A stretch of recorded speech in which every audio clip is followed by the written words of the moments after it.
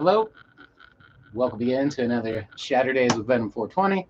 I'm Venom 420, and we're live. Cats around, dogs around. Hopefully, everyone is doing good. So, uh, another week gone by, and we're all still here, so that's a good start, right? So, cheers.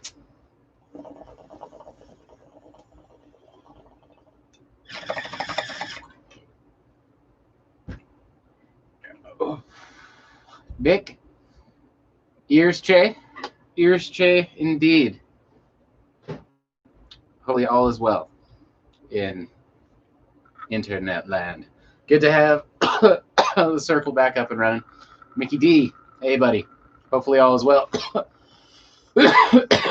Kevin, Kevin, Kevin, Mickey D. Hopefully all is well.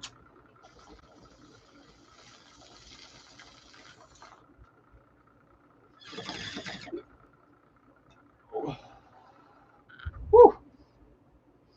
Yes. So uh, everything has been going decently well in my realm of things, other than the fact that working too much. But hey, that's how it goes. Oh shit, Mickey D smoking a blunt with some moon rocks in it at the moment. Well, I caught you at a good moment then. Uh, Let me load up this little bowl here. I'm smoking out of a very old bong and an even older piece. This fucking thing's got to be 15 plus years old, this little bowl. So, cheers to it. What we'll do is take some of this Reeves, throw it on there. Nick got some pretty, I got pretty sore from my workout, so I'm smoking some Silver Haze. Super Silver Haze. I like Silver Haze. All the hazes are usually pretty decent. I haven't had one in a long time, to be honest. Mickey D, I'll send you a pic really quick of what I'm smoking. You should, because that sounds good. Anybody can send me a pic very easily.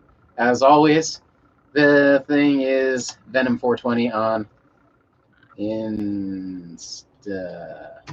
Bam. And we'll share up some pictures. We got the kitty here with us. He looks very bummed out about the bass at the moment. Are you bummed out about the bass? He's bummed out about the bass. That's in his way. All right. Nick, make me feel bad for not taking more Charlie pics. Well, I know two types of people. Either people who complain about people who take too many pictures and people who take too many pictures. But at the end of the day, I take quite a few. And when I've always been more upset about not taking a picture that I should have than having too many pictures. So, and me and Mr. Ziggy, he's very keen on holding my hand lately. He has to be. He hurt his hand, and now he has to hold hands at all times. It's very cute, but he tends to wane on you. See, you just gotta hold your hand. It's like, hey, buddy, hey there, buddy. Everybody loves the Ziggy. Mickey D, I sent him. Shit's bomb. I'll have to check that out. Let me load this up. Yes.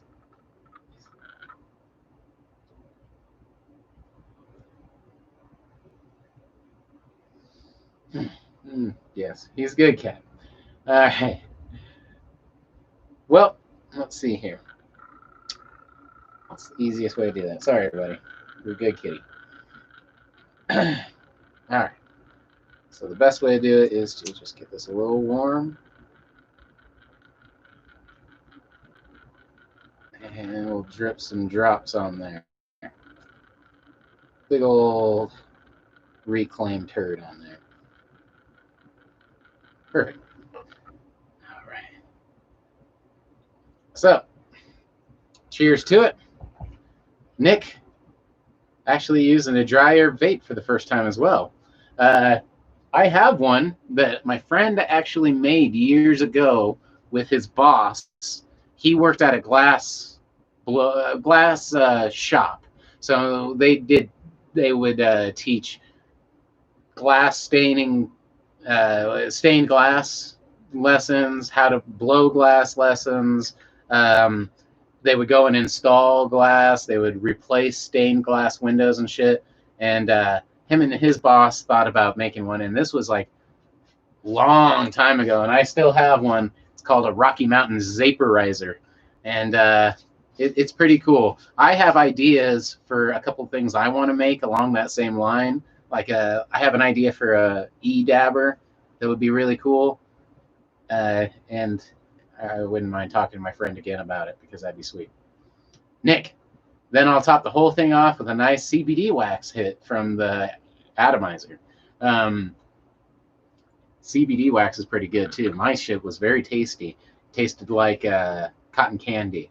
The company I bought from though is going out of business, and that really bums me out. So they have a 50% off sale going on. So if you go to IHP Refinery and put in BYE 2020, you can get 50% off of CBD items. So please check those guys out because they were awesome and they're going out of business. So here's that.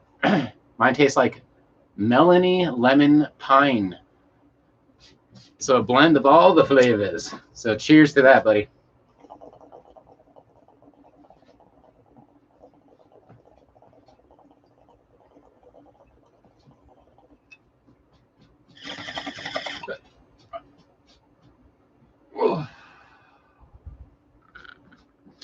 Woo!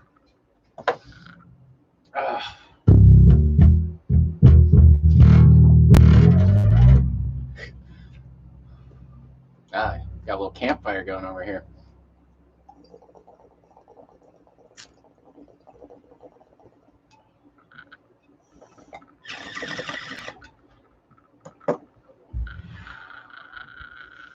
But yes, hopefully everything's been going good.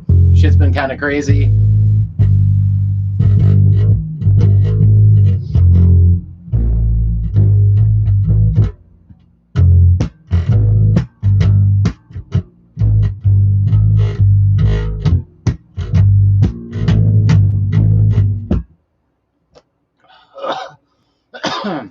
I know schools are already shut down again, so that's crazy. Things are just going a little bad as far as the world's going, but it's good to still be able to blaze up safely as always. I've been doing this now for well over a year, and these are my favorite smoke sessions and my favorite circles as of late, is being able to blaze up safely. I had a friend, and he started like a promotion company right before all this shit happened. So he had set up parties and house. Pretty much, he goes and like rents out like mansion-ish, like really nice houses, and then like throws huge parties and like sets up so DJs come and then fucking does all the promoting and I'm sure he charges like $5 a head or whatever, $20 a head, and sets that whole shit up. But it happened. He got that shit up and running right before all this happened, and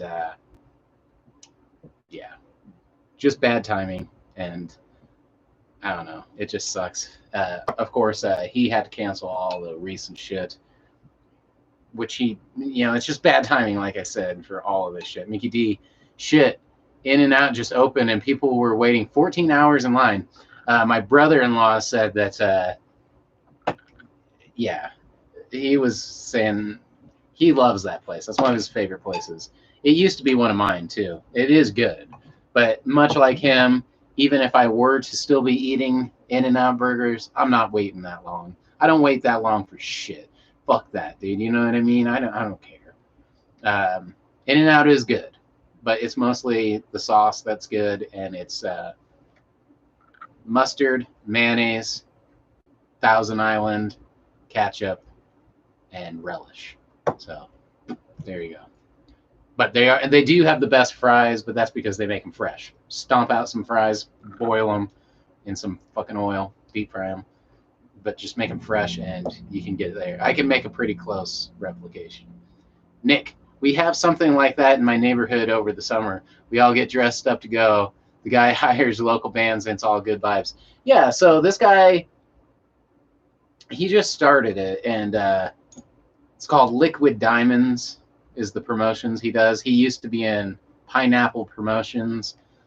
He's a nice guy. He throws a great party. If the world wasn't fucking in the state it is, I'd be going to his parties. In fact, it's funny because I've always wanted to go to cool parties and never really knew the good inns and shit like that. And I recently met that guy, and he's like, yeah, let's go. And I only went to like one, and it was cool as shit. And I'm like, yeah, that'd be cool. And it's kind of, yeah, the world, like I said, right now, like I said, it's a responsibility thing. There's a lot of shit that still happened in the last little bit, like parties, fucking social events, get-togethers, fucking family get-togethers, and I just chose to not do those things because I can see how fucked up it is. So I work right next door to a doctor's office, a pediatrics, bunch of doctor's offices. That's literally who I work next door to. I talk to those people every day sometimes at work, or at least I used to. Now they're all fucking like in there, they don't go out and talk as much. And so right next door to where I am every single day is a testing place where people go to get tested for COVID. And I had a really good, and I'm a delivery driver who delivers probably to primarily people sick with fucking COVID because they don't want to go out. So I can just tell you, it never eased up. You know what I mean? If anything, I went and got tested a long time ago now. It's been like a month ago. That's a long time ago. The test I did, it took me, maybe 25 minutes to get through the line or whatever in my car. That same line, instead of being one single line, is now a dual line around the fucking block. And I'm like, oh, dude, that must take a fucking hour to get fucking tested now. So the how rapid that shit's been escalating has been unsettling. But the reason I don't do shit now is because I want to do it in the future. Hopefully everything's going to go good. Nick, one of the coolest parties I ever went to was this place up at the 53rd floor of the Bank of America Corporate Center. It was a large meeting room repurposed as a ballroom. It was classy and relaxing. Never been up that high on a building. What was my floor? I was at the 23rd. So at the last, and it was a big party. And the last vacation I went to, and the only real one I've had in a long time, was Psycho Las Vegas. And I was at the, I want to say 20, or where were we, the 13th? I can't fucking remember. The building goes up pretty fucking far. God, I can't remember. Once you start hitting those really long fucking elevators, they get freaky. And the Luxor has some of the scariest fucking elevators ever. But I set up my, I slept on the floor, and fucking, they had like floor length, ceiling to floor windows, and we're up super far. And I slept with my face so I wake up and I'm like, oh, Jesus Christ. It was crazy. It was great. Good time. Billy Bong Thornton. Well, look what the cat drug in. Which cat? I got 5 of them now. Is that right? Yeah, I got 5 of them. Good to see you, man. Hopefully all is well. Hopefully you're doing good. Shit's doing good. We're going to be sharing up some pictures. So if you got some pictures, now's a good time. Nick, 5 cats. I now have 5 cats. It's been a slow integration process. I have 5 cats and a dog now.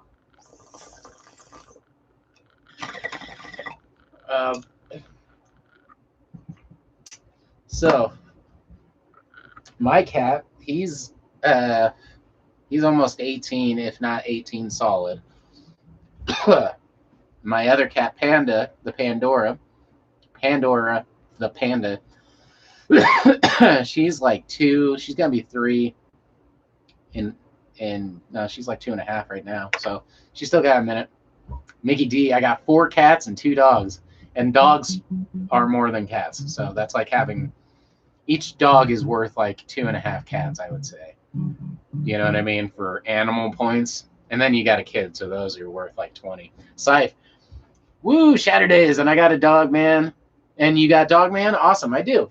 I have one dog, and that's enough. See, dogs are worth, in animal points, 2.5 cats, I would say. They cost about that much, and they're worth that much energy, and they follow you around. There's the doggo right there. There's the doggo in her. Come here. Hop up. Yes, there's the doggo. There's the doggo. Yes, yes, yes, yes, yes. Yeah. You want to pop a seat? All right. Yeah. So, Billy Bong, all is well. Garden's doing good. Got 7 strains going. We're getting snow tonight. That sucks. Yes. Well, the snow part. You're doing indoor, though, right? Are you doing any outdoor? Either way, I wish I had more screens. I thought so I've done this in the past where I would get however many I have, room for, I would at least get a variety of however many. Like I usually grow about 4 at a time. So I'd usually do like 3 different ones, one, and then 2 of the same. But sometimes I noticed that I always had in my head, I'm like, well, what if one like is ready to go before the other and one takes longer, or one outgrows the other and kind of, so I always kind of kept them separated. But right now, I don't know. Billy Bong, indoor. Outside is done for the season. Yeah. I was going to say, and even with a greenhouse, yeah, it's way too late. You can get, earlier springs and later winters with a greenhouse, but it's the dead of winter. Although you couldn't tell where I'm at. Some snow might remind me a little bit better. Let's spin the wheel of dabs real quick here. My plants are, I don't know, they're okay. How's your garden? I know you had something going on, had some going a while back. I'll share a bunch of pictures. They're doing okay. Nick bought a butter maker. Can't wait to use it. You know what I'd try and use it for? I want a can of butter maker so I can make cannabis butter. All right, what do we get? Oh, oof. Going in strong with the boomstick. That one's rough, I'm not going to lie. Prepare for the rest of my night me to just get progressively more incoherent because I'm all fucked up. That's precisely what I'm going to do, says Nick. Awesome. All right. Liam, sup, man? I'm glad you are up to at least say hello. I'm sure it's like, what, fucking at least 12 o'clock in the morning, 1 in the morning where you're at. So, hey, man, good to have you here. Oh, I made that coffee way too sweet. And I'm sweet enough already. All right, so we are boom sticking. We're sticking it with the boom. 3 a.m. See? I knew it. All right. Carol, I'm so tired of medical weed, I want recreational. Well, all weed is medical if you are hurting, like most of us are, in one way or another. So, Kenzie, hello. Good to have you with us. Nick, 1 stick worth of THC butter, 1 of CBD butter. Both would be awesome. Liam, thank you so much for being with us, especially at 3 o'clock in the morning. That's awesome. Billy Bong, the boomstick. I know I got a sleeping cat right here, so I'm going to go around the long way. And I got crap over here. Whole lot of mushroom stuff. I'll get some mushroom stuff too. Carol, from growing it in the 70s, that's not true. Well, about being medical for everybody, I just meant if you're in pain, any pot you can get your hands on can help a little bit, I would hope. That's the goal. But yes, Jeremy, what's up, brother? Love all your vids. Thank you very much. Good to have you with us. Mickey D, this blind is fucking me up, son. I will show the, and then Germ, I will share the, where the fuck? I don't have my phone. I will share some pictures here too. Carol, agreed. You see, that's what I meant is, yeah. You take what you can get. I remember swag too. I'm one of the people, I know there's actually quite a few people on here who have been through the swag days of sticks, stems, brown pot, horrible stuff. So things have gone light years beyond what they were. Now, from my, I don't have my medical right now, so recreational is what I get, but I usually get it through someone who has a medical card and yada, yada, yada. But from my understanding, I've heard that recreational costs more and sometimes has less quality, the way they're selling it over the counter. But like I said, it matters what your definitions are. Todd, what up, my man? Happy Shatterdays from Thornton. Happy Shatterdays from Denver. And I'm sure everyone's representing where they are. Mickey D, holy shit, the swag days. Yep, bricks. Sandy, I once tried to smoke seeds. So I remember distinctly being told when you smoke seeds, they'd give you a headache because each seed has so much THC in it because it's going to be a full plant. It's going to be a full plant out of that whole seed. So imagine the whole thing. So you got to get that out of there. I'm like, okay. But I do remember thinking that for a minute. Nick, when our state makes medical illegal, I'm going to get my card, get a psychiatrist, and my psychiatrist and I both agreed on it. Yes. So they're cracking down on how you can get medical more and more where I'm at. It used to be also with COVID right now, they want to do it over the phone. So it's like, it's weird. When I first got my medical card, I brought in like my fucking medical papers and shit and stacked them down. And they're like, oh, didn't even look at them. They're like, okay, cool. Yeah, cool. Here you go. Give me your money. Todd. Oh, wait. Billy Bong. Recreational costs more here. Has 50.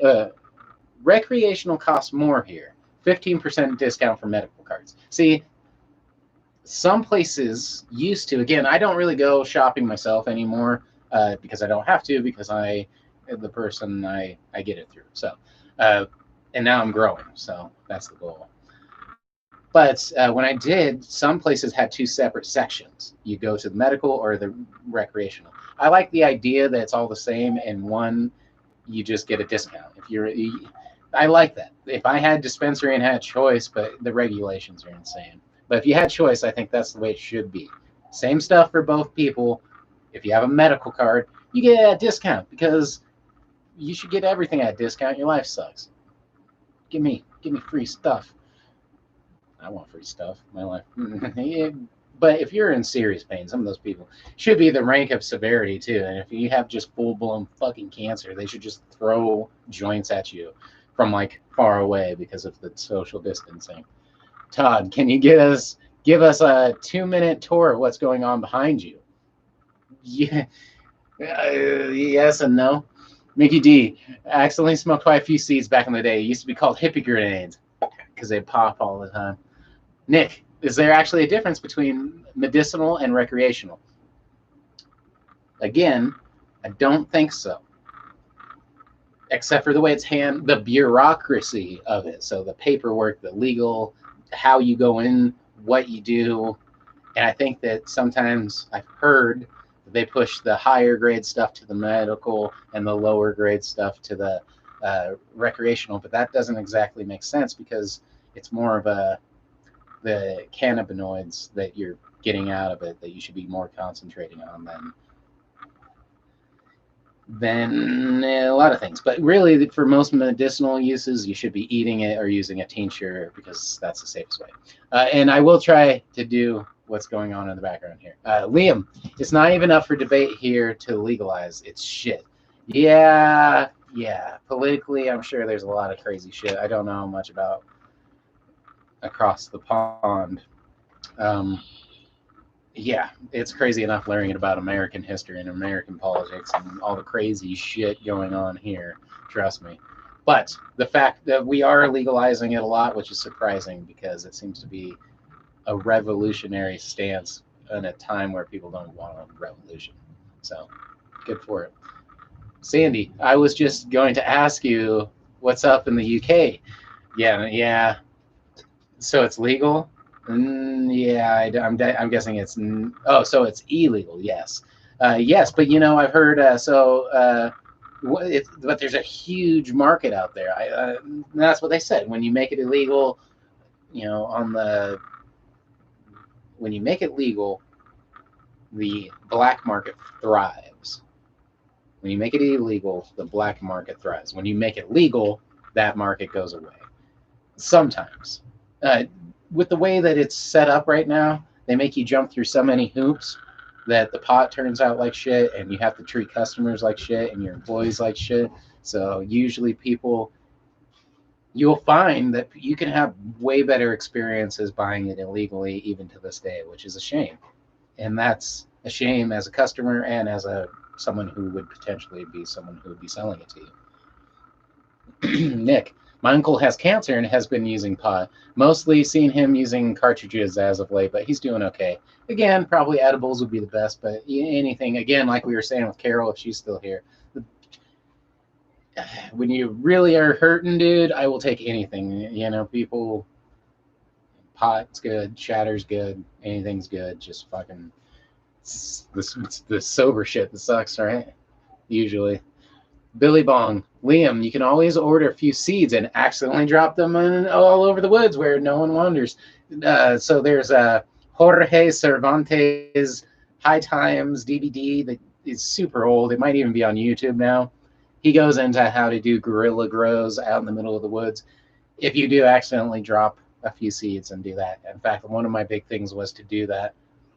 So in the future, I might have a nice, awesome GoPro and go do that. I might totally be thinking of something similar. Liam, yes, it's illegal, but you get away with a caution first offense. That's pretty good. Then you get fined every time after. Not with our weather, Billy Bong. Yeah, it's a little rough. Well, you can get something, but it won't be. So even where I'm at is high altitude, dry as fuck. So you have to water. You can't just be like, well, I hope it rains.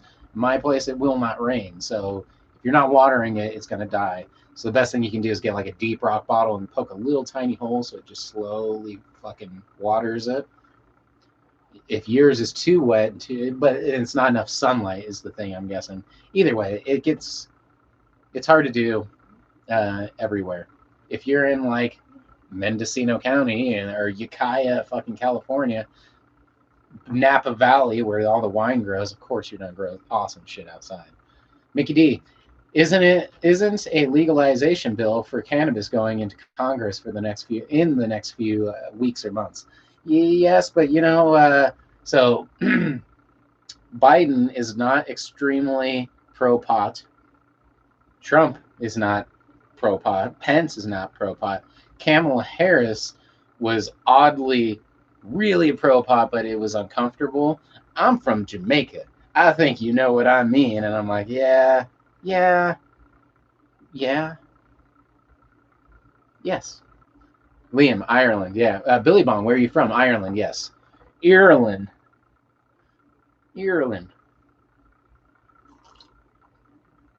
Oh,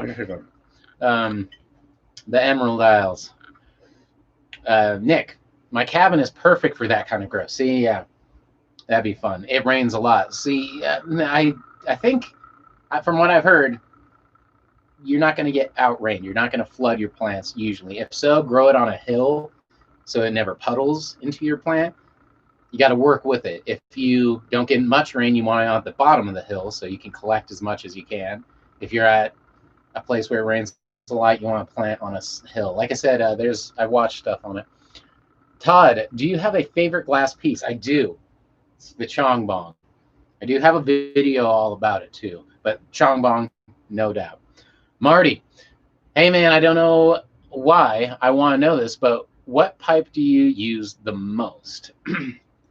The most? First, I don't use pipes much. I like bongs. I shift which one I'm using at any time. So right now, this one's getting the most use. Although my girlfriend had a bong, I'll grab her bong. I've been using that a lot because it's a new bong in the house. So, and I'm gonna grab the boomstick. We'll take some dip.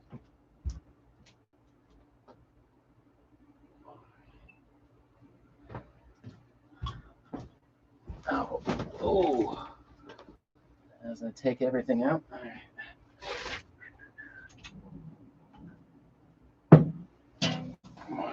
So, like I said, currently I would have to say my most used bong would be this one. Because it's the new one in the house. Old school Chaos glass. It's very similar to this. This was mine from like 10 years ago. This is hers from like 13, 14 plus years ago. So two old school, similar style bongs. It was funny that we both had bongs like that. So it was very cool. All right. So,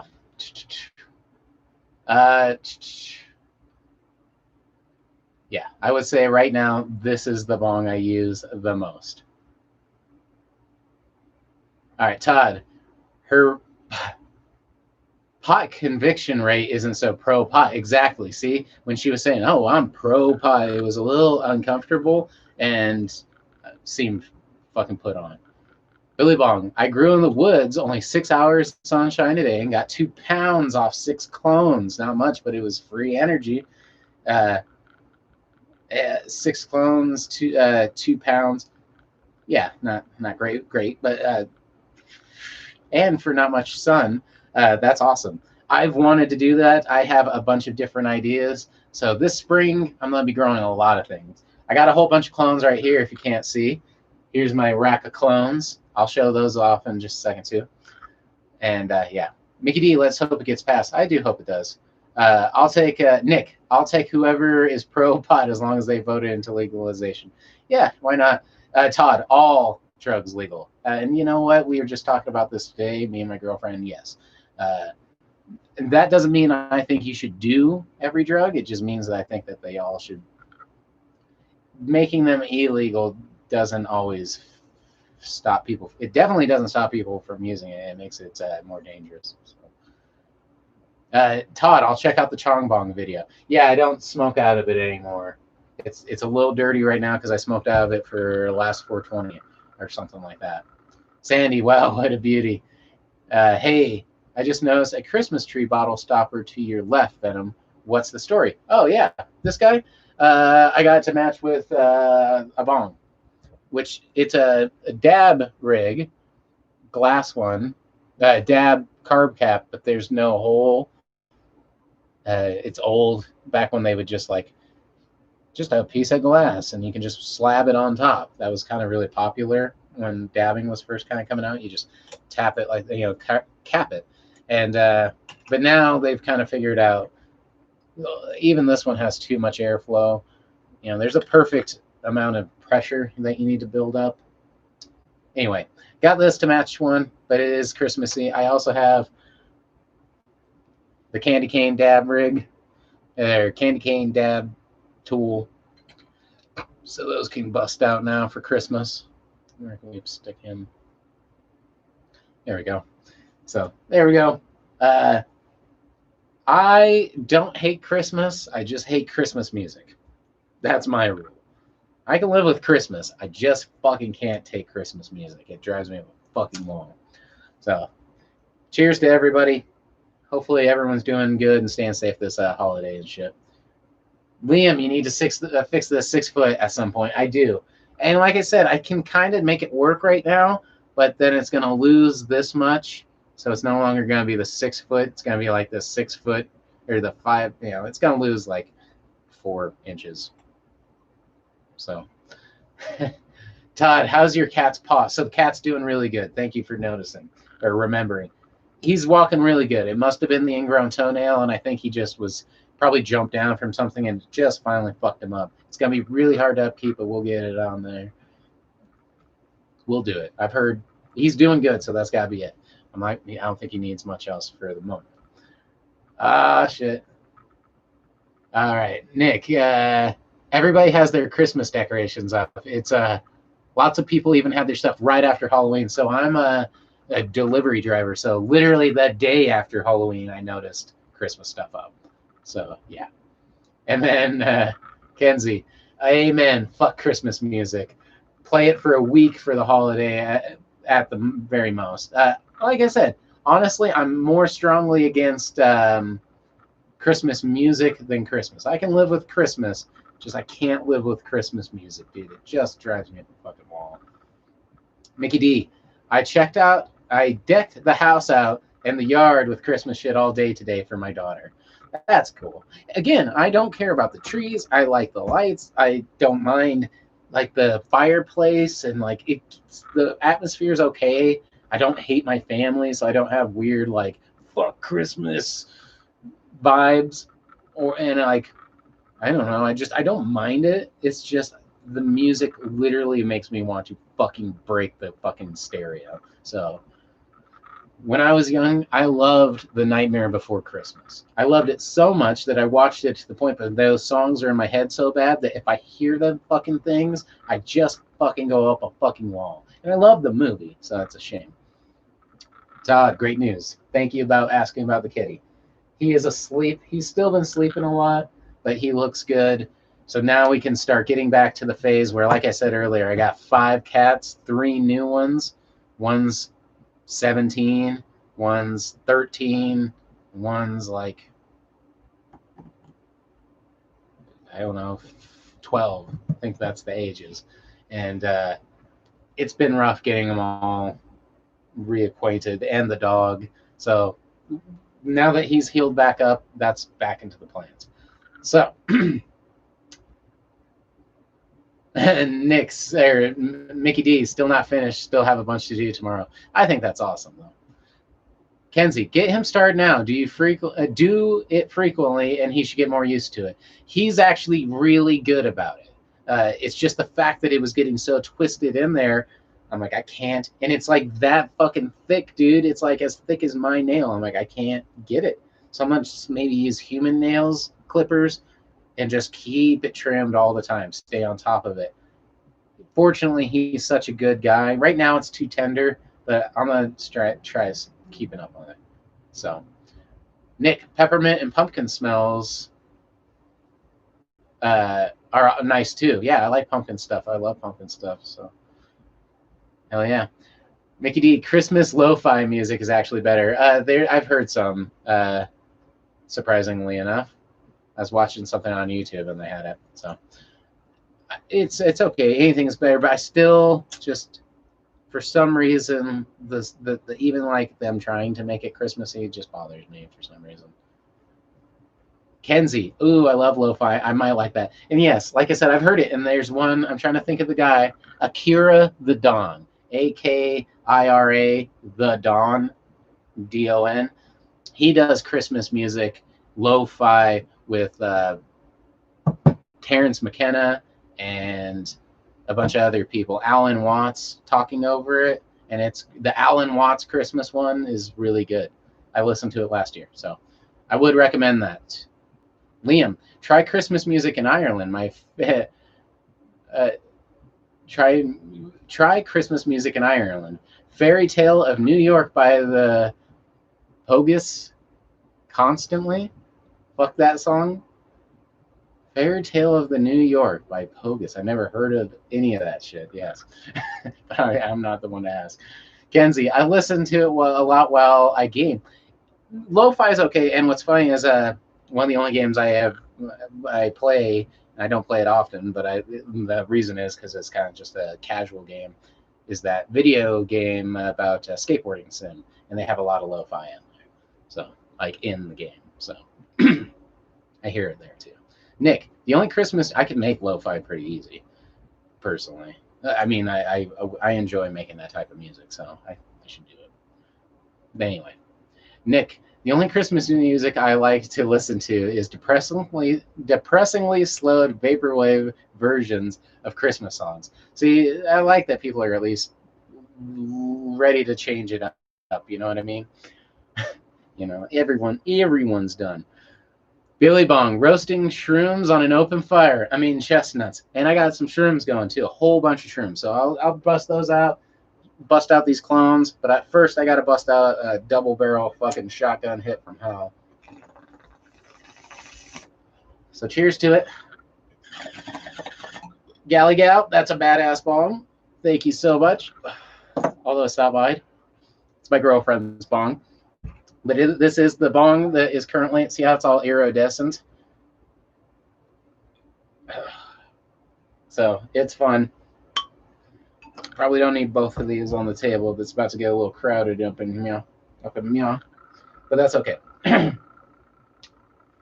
So by the time I'm done every one of these shows, they're just like filled with bongs. All right. Sandy, check out Spinal Tap's Christmas with the Devil. That sounds pretty cool.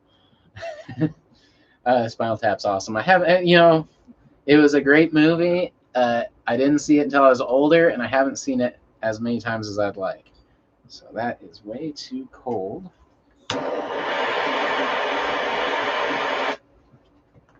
right. Todd, do you like Moroccan or Lebanese hash? I can't stand Moroccan, but love Lebanese. Sorry, I was just reading that funny. Smoking on some greenery lemon creamsicle tonight. I don't have much experience in foreign hash like that. Come on, it's so hot. Why are you not coming out?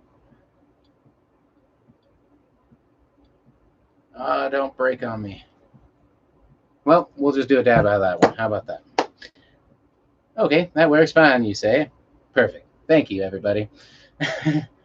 All right. So I don't know. I've watched how the difference is on making it on a long-ass hash making thing, and it was really cool. But personally, and I know when I watched it, I can't remember which one uses the drumming and which one uses one bounces it off of a thing and one actually smacks a bag. I'm guessing the one that bounces it is a little bit better quality, and I think that's what they were saying. So, but I don't know. Mickey D, I've been listening to lo-fi about 3 years. It chills me out. It's popular as fucking balls, and YouTube loves to recommend me to listen to that shit, which is fine. Again, I don't dislike it, but I never listen to it on YouTube, and it just it's probably because, like I said, I did listen to that one dude's. So, Akira the Don, he's good. He mostly does people's samples over lo-fi. Worth checking out.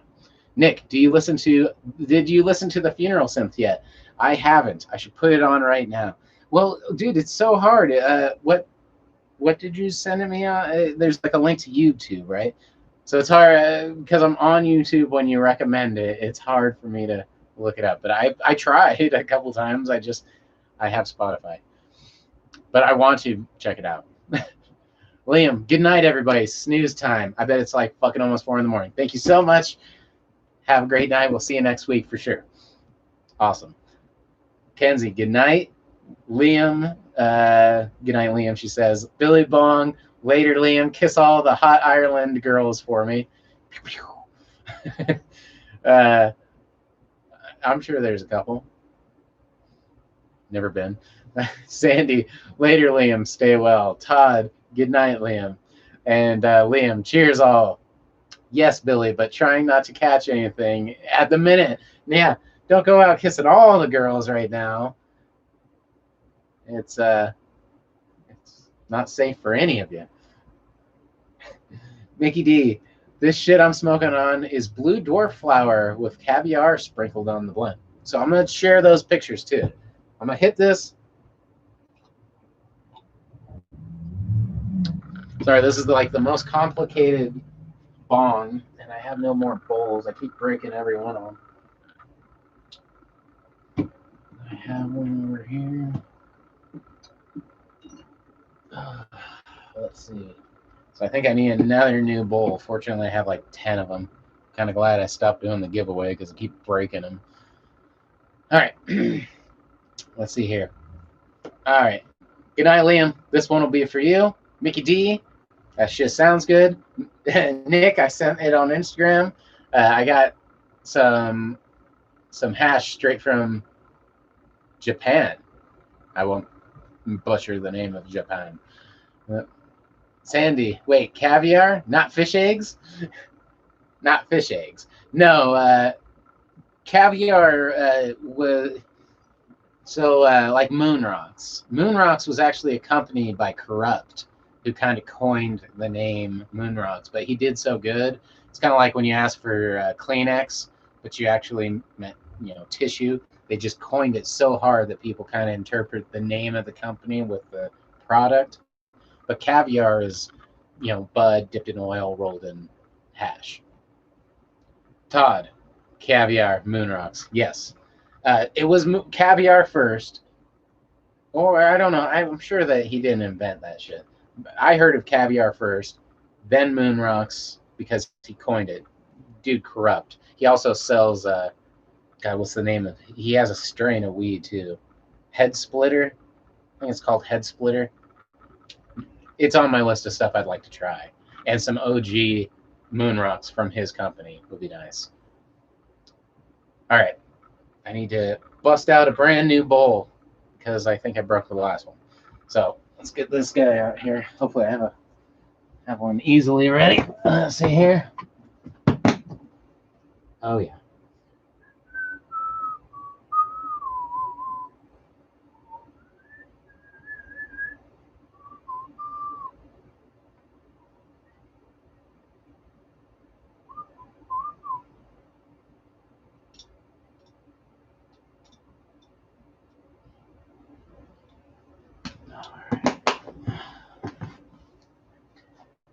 And bust out a brand new bowl. And we'll have to get some new water in there because that's gross. I wish I could get this out. There we go. All right. So let me dump this, and I will be right back.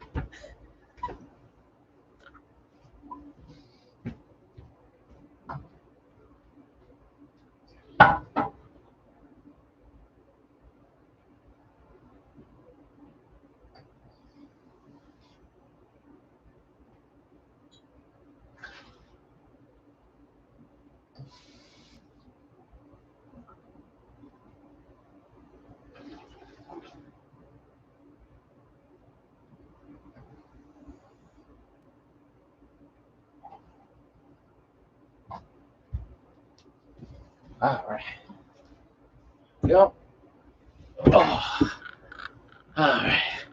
Sandy, bud dipped in oil, rolled in hash. Oh my god. I have a video on how to make it's ghetto moon rocks, and I cover a little bit on that. I say how to do it using reclaim and grinder hash, or grinder keef, so it's basically free with the stuff you already have. I would like to do an updated version once I have some pressed resin, some really liquidy resin, or I'll try to make some distillate or some honey, something liquidy. Make my own hash oil, get my own keef from my crop. The goal is it's slowly coming to fruition. I have my first crop. It hasn't even started flowering. I was going to flower it today, but I want to make sure these clones are going good before I flower, because I only need like 1 or 2 good clones, so I took about 10 to get a really good strong mother plant going. Mother that one out, get it big, flower these ones out, harvest them. Then I can take the clones from the mother plant and start my new batch up in there and just keep it rotating. A very small cycle, so I can kind of keep my miniature my pond of green, I'll call it, constantly trying to go. The only problem is I smoke so much pot that I have to grow so much that it's making it really hard. But that's how it goes. Let's get this guy going. Thank you again, everybody, for joining me for another amazing Shadow Days. There is a cat sleeping right next to me, so you are not alone with me. We are joined with the furry ones. And we got a ball there.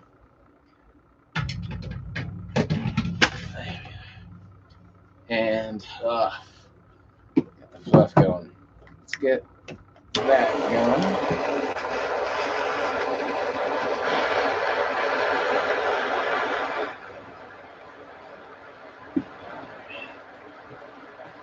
There we go. Oh. Now we got that, I will get this going.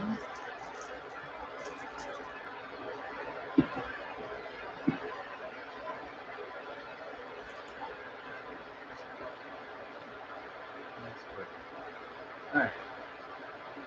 Nick, I didn't know this, but Japan has kind of, is kind of in a state of like the U.S. in regards to pot. CBD is legal, but THC is not. From, I know it used to be very strict on the not being legal stance, which is odd because you think that they would be very open to herbal medicines, but they are not very open to people's rights. There's a reason I don't have a lot of Japanese and Chinese people from Japan and from China joining with us. I've had people from Russia, I've had people from India, I've had people from all over the place, but not there. They don't quite get the recommendations for this type of show. So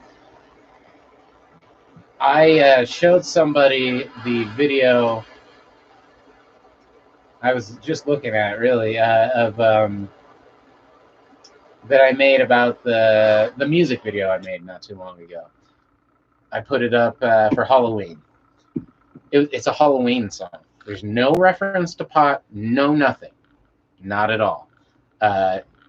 But just the fact that it's on my channel, when you watch that video, at the end of it, you know, the recommendations, they don't recommend any of my videos, but they recommend all these stoner channels. And I'm like, okay, so I just played music off my channel, had nothing to do with pot.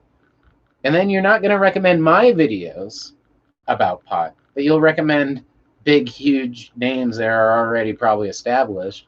I'm like, it's a weird algorithm that I didn't quite understand. And that just happened tonight, so I'm like, huh, that's odd. Like, if you're going to recommend pot shit on something that has nothing to do with pot, how about recommend my pot shit since it's my fucking channel? But anyway, cheers, everybody. We're about to boldly go where no stunner's gone before.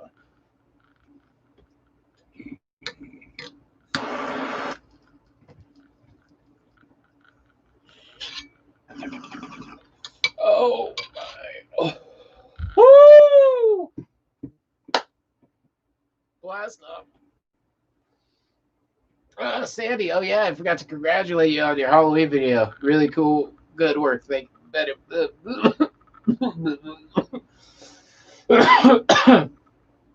Yeah, I didn't know. I was hesitant on putting that up because it has nothing to do with pot. It's just a music video I made, but it's my fucking channel. I'll do what I want. But thank you. I appreciate that. Nick, boom, boom, out goes the power. No shit. Out goes the lights. Enjoy. What's up, V? What's up, buddy? Hopefully all is well. Oh, man.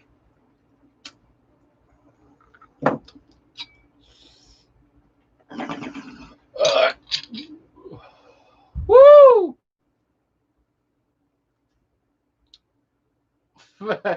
Billy Bond, when I grow up, I want to be like Venom. Uh-oh. There's a statement that's never been made before. Probably won't be made often ever again. No, my goal. Whew. Nikki D, I rolled another blunt myself. I'm about to show your videos right now. They're your pictures of your first wicked blunt. Oh, yeah.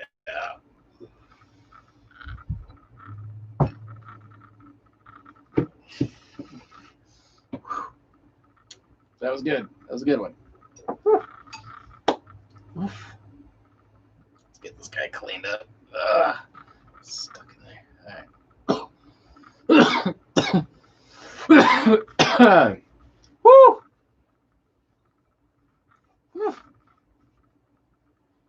Oh, I start groaning. Oh, yeah. Just trying not to cough a lung up.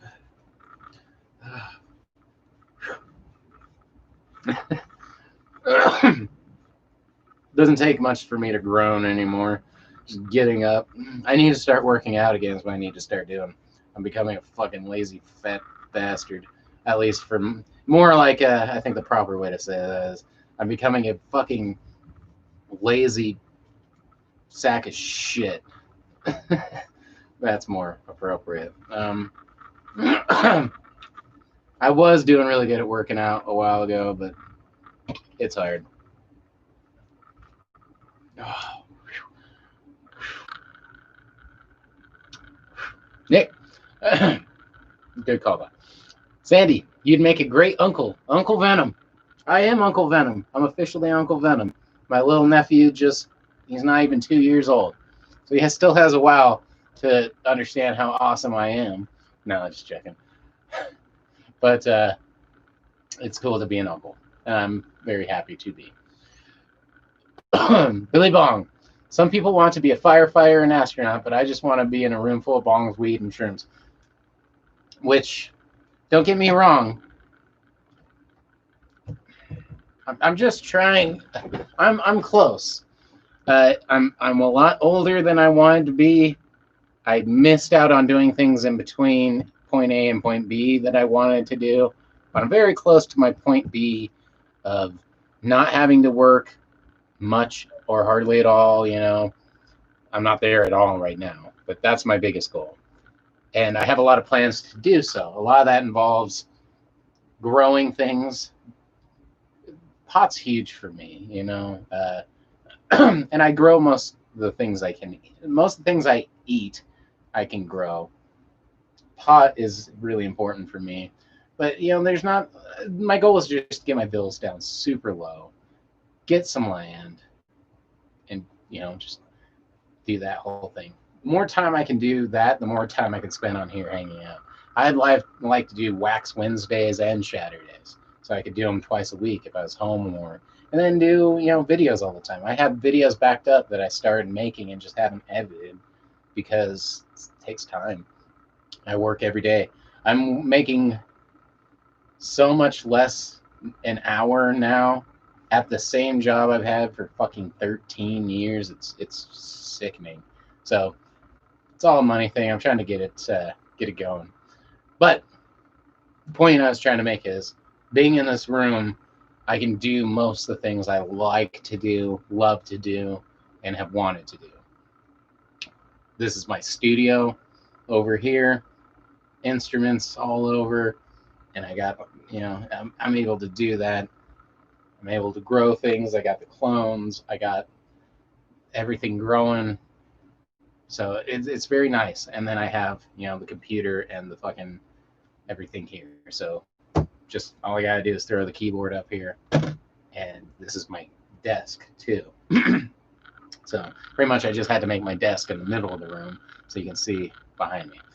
Which earlier you were asking, what's all this shit? It's just a whole bunch of shit.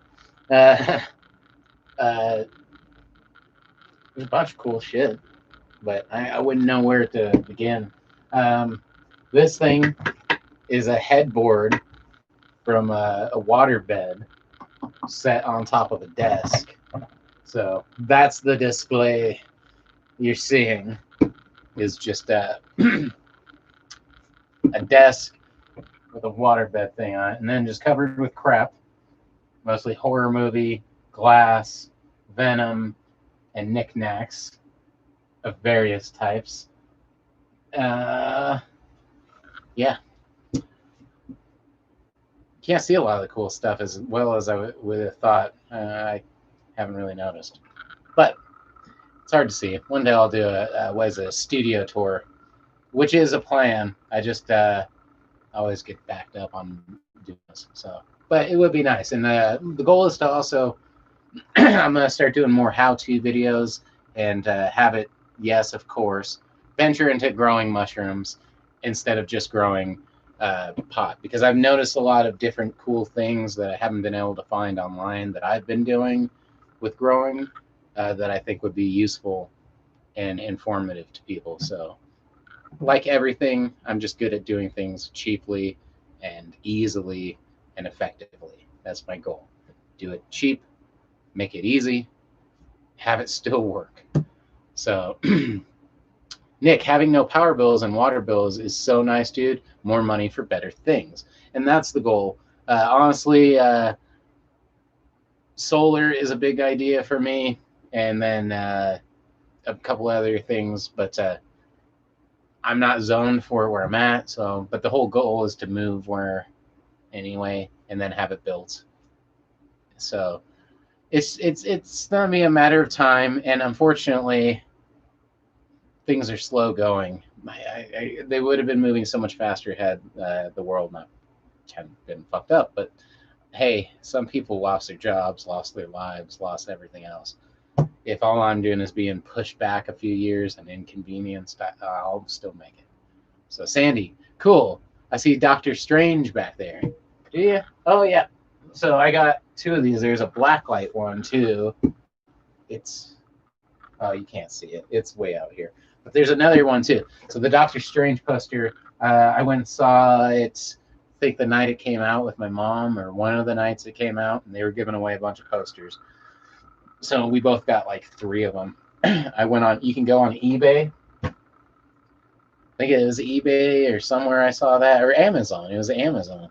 And somebody has like a stack of them and they're selling them. They're selling for like $10 a piece, $20 a piece. I'm like, man, fucking, I should have grabbed like fucking a shitload more. I could have grabbed a stack. Just never thought about grabbing a stack and selling them later on a fucking on eBay or something. You could probably get like $20-$30 a pop for those posters. Should have grabbed a whole stack of them. All right, Nick, having no power bills is awesome. Yes, pretty much all you want. Pretty much you want well water and solar, so you don't have and you save so much. But it also makes yes. I don't know how well water works. I don't know a lot of that shit. There's a lot I need to figure out still about moving out to the middle of nowhere. Mostly, I know that it's going to take a big investment. So right now, fuck, dude, with the cat fucking getting sick and shit, I've been barely holding on. But Nick, solar panels are very pricey, unfortunately, but worth every penny. Exactly. It's a long run thing.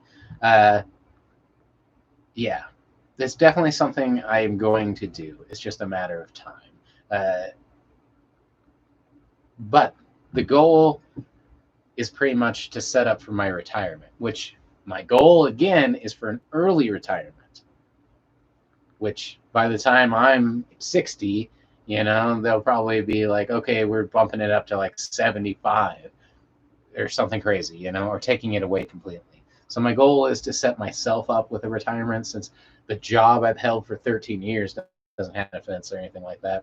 And I haven't really put away in that sense up until now. But a big part of that is just making sure that, again, I have a place and costs go down and grow my own food. Hopefully there's more than just me around, so that'll help a little bit. The solar panels are a big part of that. My goal is not to be off grid, it's to be grid optional, where if I ever had to, I could think about ways of very close to not, you know what I mean? So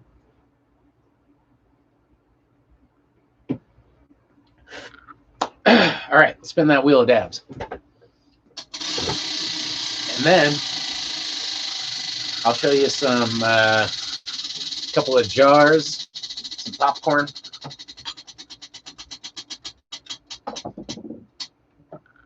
Because they are schrooms.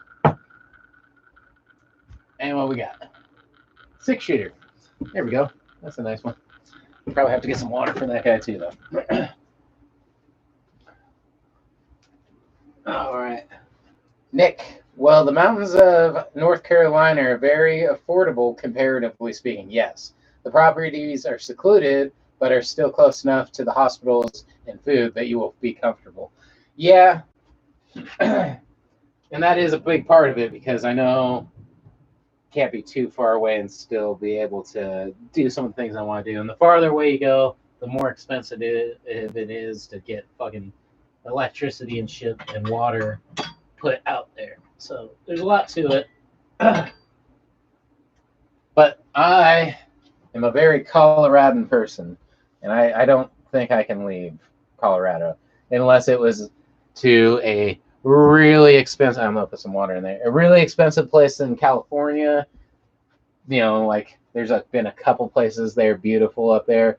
The Pacific Northwest, mostly, like up into British Columbia, beautiful. I can live with that, but again, not getting cheaper up there.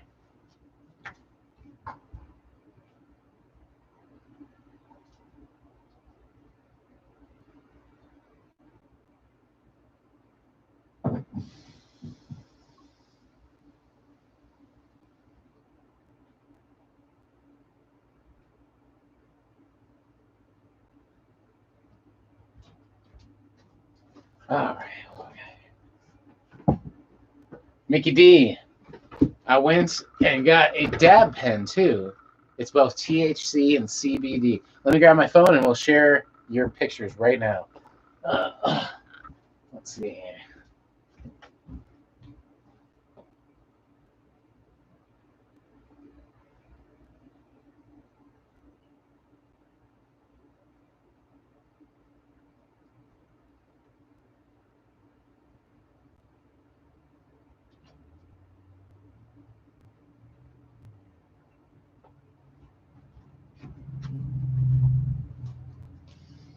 All right. Oh. All right.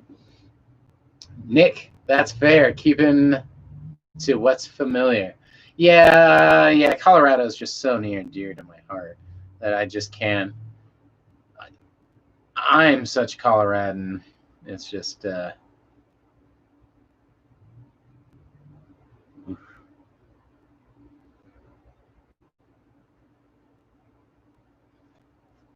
right. Let's see here. Again, focus.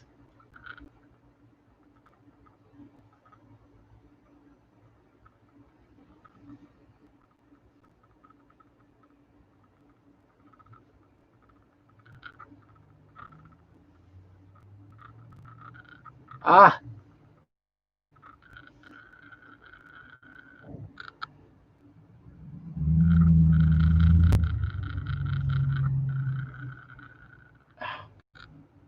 There we go.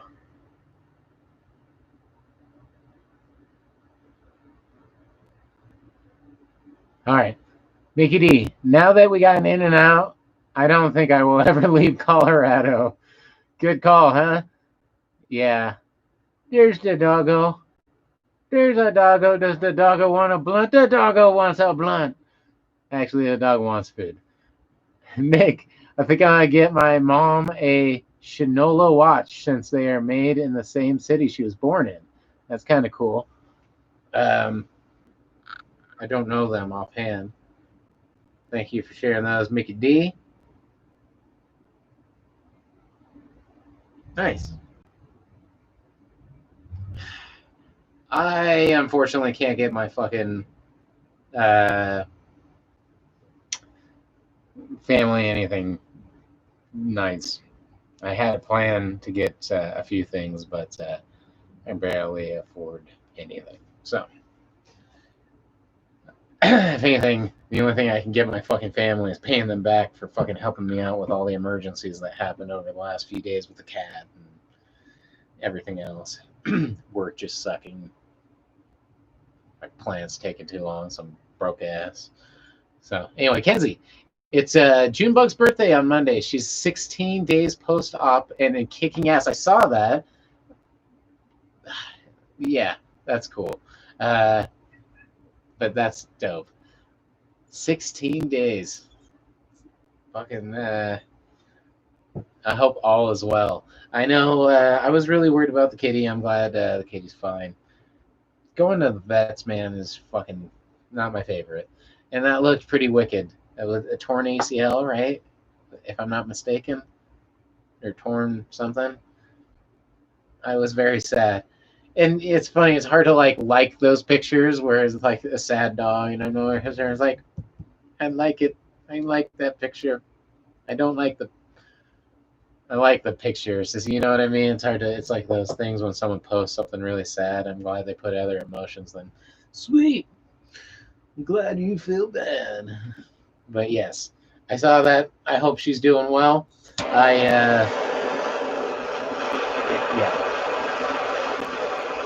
it hurts when like your animals get hurt. Man, I was freaking out really bad and upset for the cat.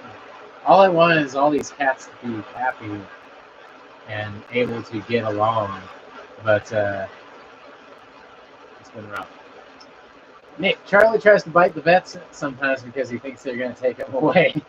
Yeah, I I've seen some dogs that have trouble. I always think that Ziggy's going to be really bad, and then he does good. Well, Ziggy's always done pretty good. I thought Panda would do bad, but she's so fucking scared that she like freezes. So in a way, that's good. It's not good to watch, but she does really good. Kenzie, it's scary for sure, considering that her tibia is sawed in half and held together by plate and screws, and the bones should be healed in another 6-ish weeks. Oh, Jesus Christ. Then another 8-ish weeks until she's free to, yeah, really go at it. That's horrible. Did something in particular happen? I saw it was a torn ACL, I thought, or something. What was it? What happened? It's horrible. Do I want to know? I might not want to know. I might not have. I'm way more squeamish on animals, especially people's animals that I know they care about so much. Ah, poor little thing. But I hope she's doing better. And time, if nothing else, time flies. So I hope she's back to normal extremely soon. Well, we don't have much more of 2020, and here's to hoping that 2021 is so much better. No more hospitals, no more bullshit. It's a bold statement, but I stand by it. Nick, I remember helping. Oh no. I remember helping an injured fox up at the cabin who had been caught in some barbed wire. It broke my heart more than any hospital horrors. Yeah, I've had a lot of things that are just rough. Uh, here's to lending your heart out to animals. They need it. We do enough harm to them, even if it's vicariously as a human species, that anytime you can help them, it helps my heart.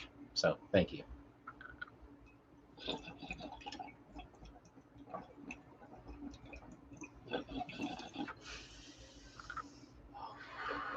Woo!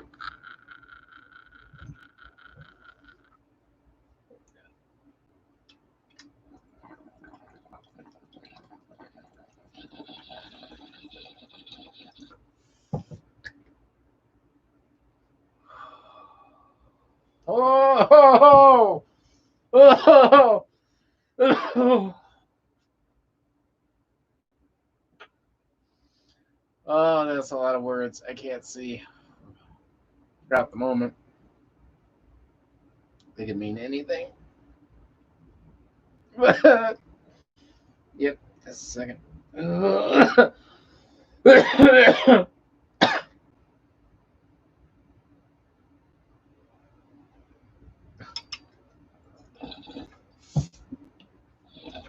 Look. All right. There we go. Put that there. This here. Ah. All right. All right. I think I can almost read again.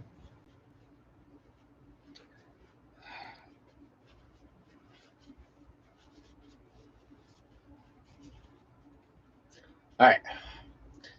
Kenzie, it's her ACL, but for dogs, it's usually caused by degenerative disease, rather than traumatic injury like people. So they can't repair the actual ligament, so they do this surgery called TPLO to stabilize the joint since the ACL no longer can. Hmm. So the chances are her other will blow at some point too. Hopefully, no time soon. This sucks and cost me $3,400, which, I mean, I'm guessing is probably decently priced for a major surgery like that, but still, I'd be in so much debt right now with that. My cat cost me, what is it, at least 300, and I was fucked. I've been really hurting for cash. I have none.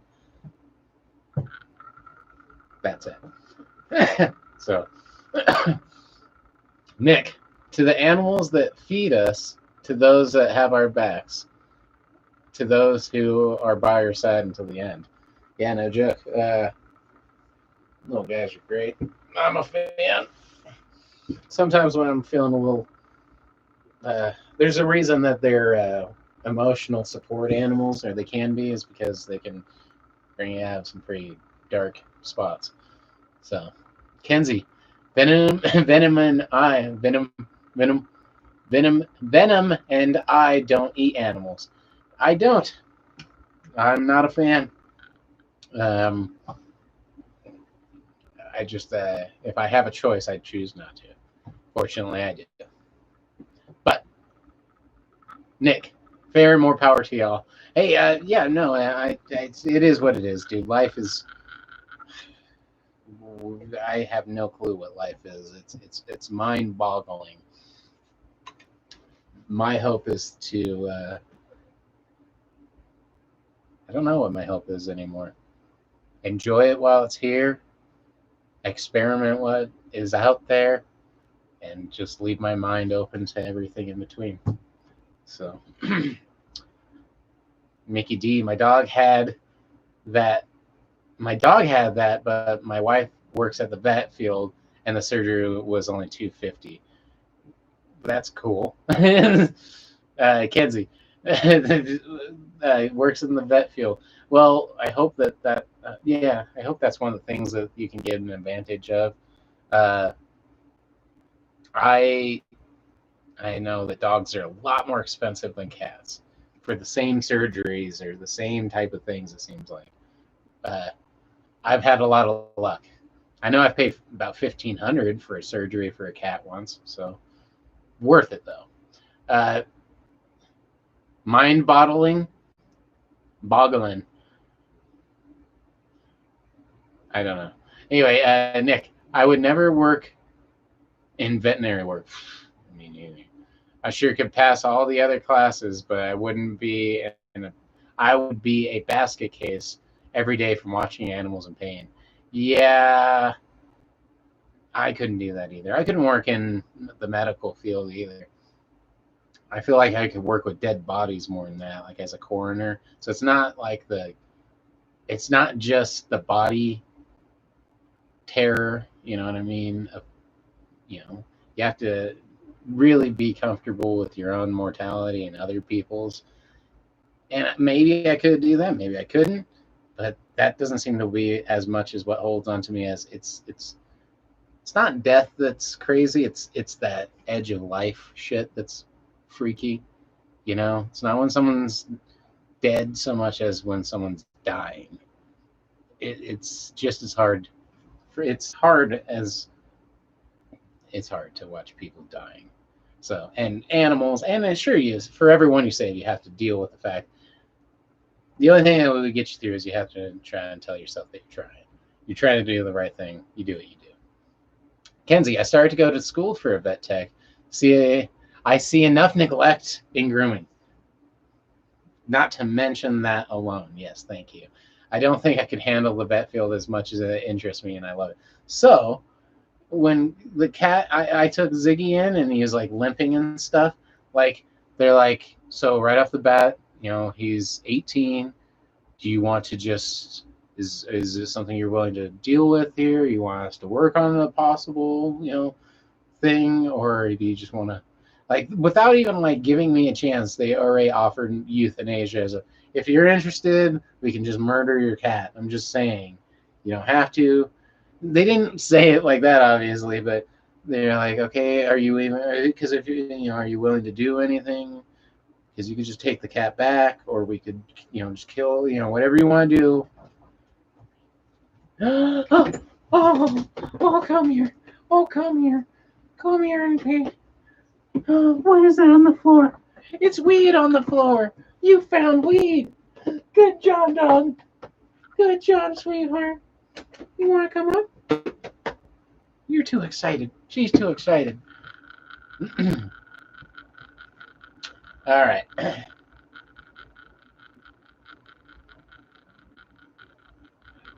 Nikki D, like when your thoughts get trapped in a bottle. Mind bottling. You're so excited. Come here. Come here. You want to say hi? She's so excited. There's that doggo. Speaking of dogs, were we talking about dogs? Did you get jealous about all the dogs we were talking about? Because they were dogs? And you know dogs. You know dogs very well. You know dogs very well. So, this is Phoenix. She is a dog. There are many like it. But this one is the best.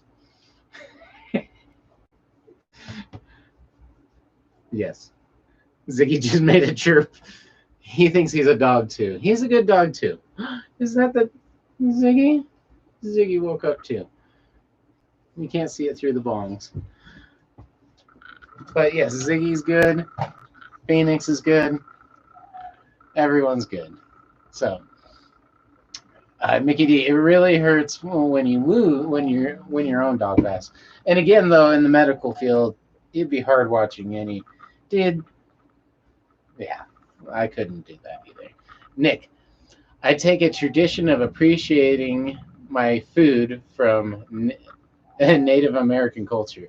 Yeah, I was just fucking Native American culture. They were hardcore, man.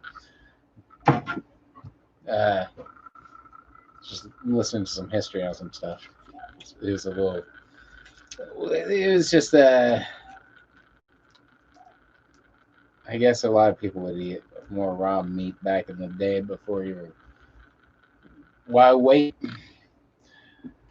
All right, Mickey D. I don't on a bet. What bit with my wife? Wait, what? I don't on a bit. I don't know how my wife does it. Oh, at the vet tech. Yeah, dude. I couldn't do it, dude. Because you gotta tell yourself that your heart's in the right place, and that's the whole thing. I know people eat, and it's just like working at a hospice or some shit like that. There's a lot of jobs out there where I'm like, man, the people who do that, it's crazy how some people can do that shit and still live a normal fucking life, and then other people cannot have a super strenuous job or something like that and have a complete mental breakdown on life. And I'm like, man, that's just a lot of shit stacked on shit at this point, where I'm like, I don't think I could handle having that intensive job. A big reason why the job I've kept for fucking over a decade, like I have, is because it's low stress in a way. I mean, driving can be stressful and it's dangerous, and you could potentially you need to take it serious. But I mean, it's not like you have to confront yourself with philosophical questions and moral implications every single day, or most of them. So I'm glad people are able to do that, and I think those people need a lot of love and care and attention to their fucking mental state of mind, and should have access to recreational fucking drugs, because goddamn, something to take the nerve off of spending 8 hours, 10 hours, 12 hours a day doing heart-wrenching hard work.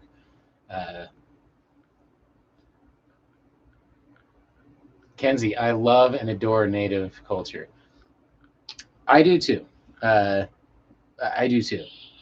I am a huge fan. I live in Colorado. I hope that most people can appreciate that. I mean, who live here. I mean, if you're living on this land, I live less than 3 hours from the Sand Creek massacre site, and I just was hearing about all that shit. I'm like, holy fuck, um, some crazy shit. So, yes, I love Native culture. Uh, Humans are just crazy. I just hope. I think it's imperative that we all do our best to come together collectively because that starts to mend the wounds of the past that we've committed and still have to live with the scars every day. You know what I mean? And everything is so interconnected that the more we have tensions between us, that spreads to the land, which spreads to the, it just goes on and on. If we can bring that back together, everything shifts and goes in and out of fluctuation. Everything changes, but I feel like, you know, why not attempt to keep that a positive curve rather than a downward slope? That's the goal. I don't know. Nick, I always ask my dog, "Are you a doggy or a kitty cat?" And he looks at me like he has some sort of existential crisis. Uh, I don't know. My cat definitely thinks he's a dog. So, Mickey D, or gross work in my place, cleaning up after gross kids all day, and we could get sick, but we have to be there every day for the kids. Yeah, I don't know, man. My all the schools shut down. We're up here, up north, in the city, in the big city.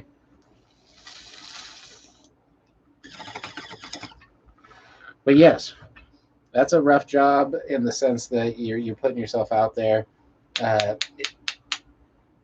what's funny is you always were still, being responsible for children is still a big thing, and cleaning up after them and making sure that that part of it goes smoothly is huge. But it takes sometimes these crises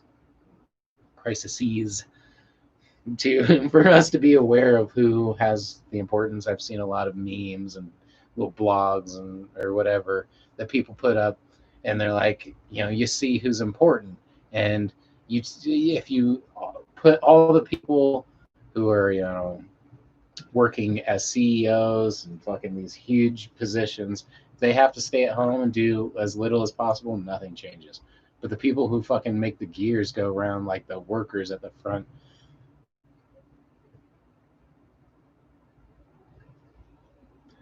counters and at the fucking desks, like if they don't make it in, it's funny who's deemed essential all of a sudden. Nick, it's 11 over here, and I'm gonna go ahead and call it a night. I had fun talking with y'all. Always do, Nick. I appreciate it. You have an amazing night. I'm gonna spin the wheel of dabs, and that dab will be for you, sir. Mickey D, some kids are still gonna be there, and the teachers are still going to be in the buildings every day. Yeah, that sucks. Mickey D, half the kindergarten and special needs kids, plus all the daycare. Sandy, good night. Yeah, I mean, I don't know, dude. I have no clue. Yeah.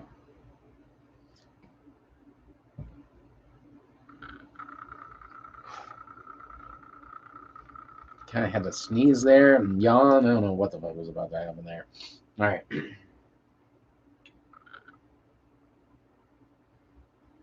Yes, you're a good kitty. And I want to shake your hand because you're such a good kitty. Because you're such a good kitty. Nick, you have a good night. We got a panda in the house. There's a panda here. I think there's a panda. Lurking. Lurking about. Somewhere there's a panda. That panda has been lurking.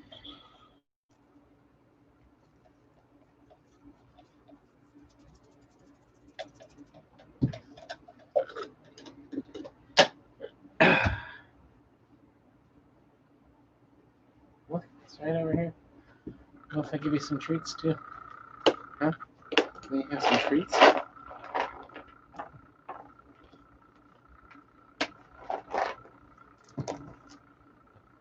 All right.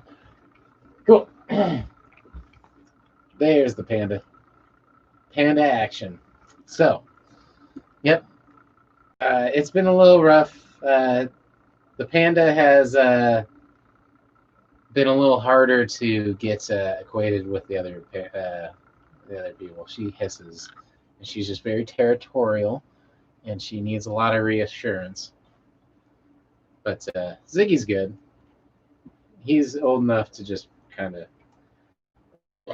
He's more interested in people than other animals, apparently. So, all right. You want a couple more? You want a couple more? Would that make everybody happy? There you go.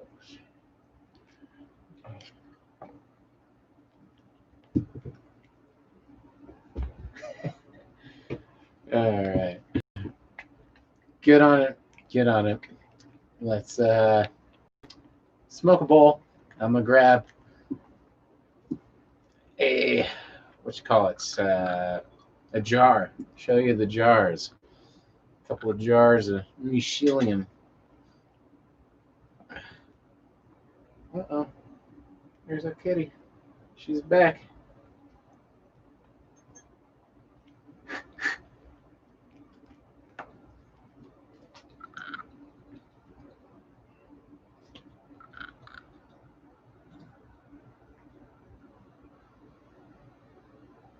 Yes, you are a cute cat, aren't you? I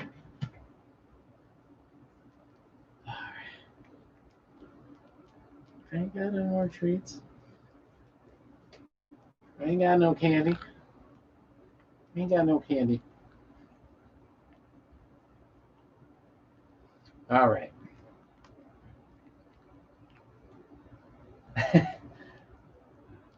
Hopefully, eventually, I'll be able to get the other cats on the live stream. It might be hard for a while. You'll know things are going good if you see a different cat besides these two at any point in time. That means things have gone really well. That means that they're out and about, and we're all hanging out and about. So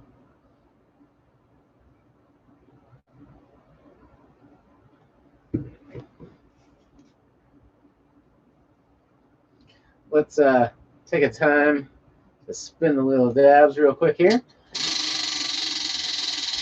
Yeah.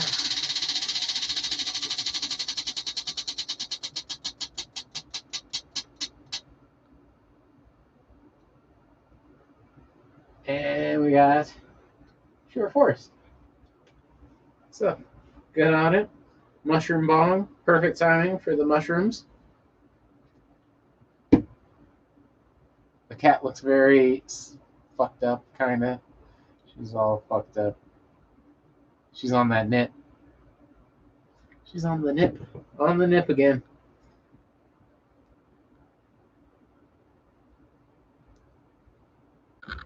Very slowly took off there, if you noticed. Mr. Zig. Mr. Ziggles is just the cutest cat ever. So, he's been doing really good. It's time to his reintroduction to the other cats. He's not looking incredibly forward to it, if you've noticed. But he's a good cat. He's still my best friend. Whether he knows it or wants to act like it.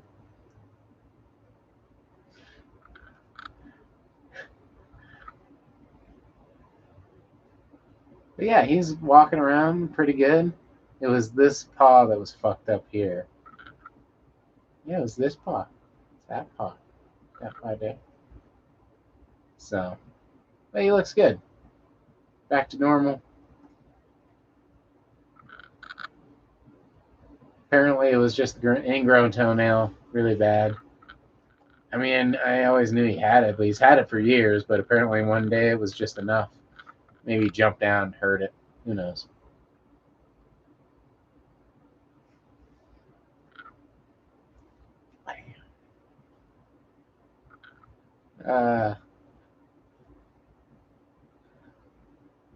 The panda's watching herself on TV, or watching, I guess, me on TV.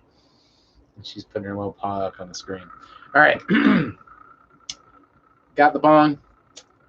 Cheers, everybody. Hopefully you're doing well.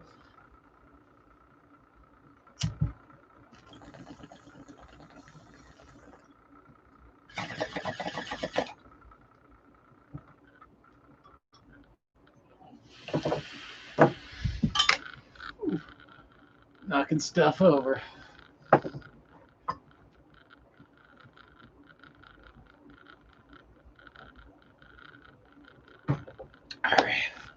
All right. More bong. Interact, changing water. Grabbing some stiff. All right.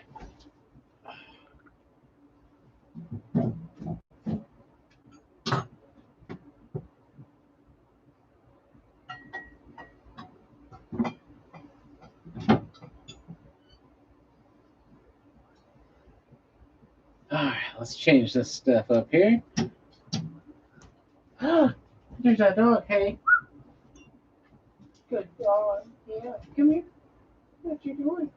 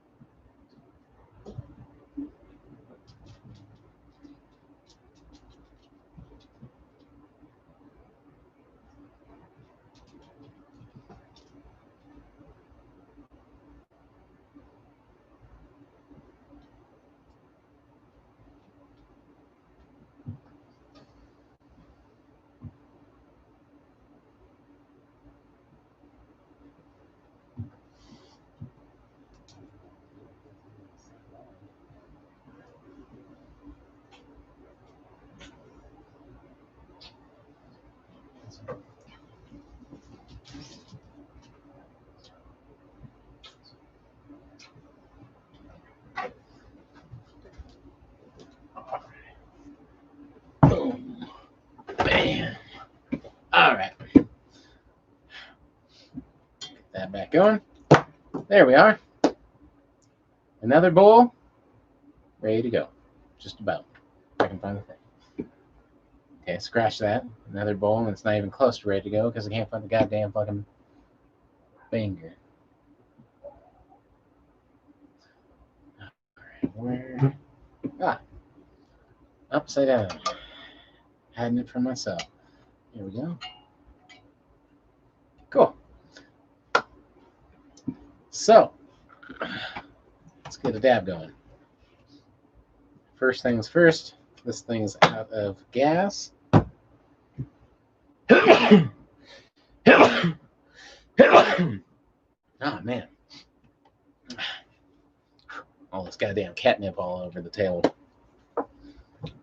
So, let's do this out of my face.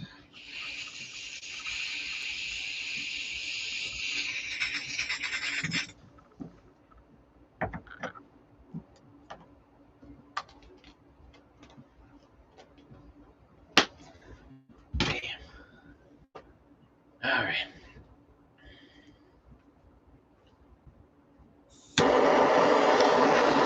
There we go.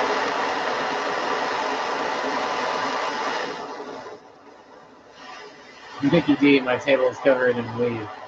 Yeah, mine's covered in catnip and glass at the moment. And caffeine.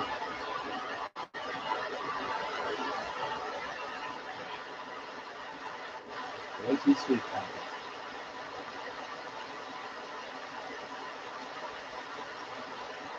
Alright, let's get that going.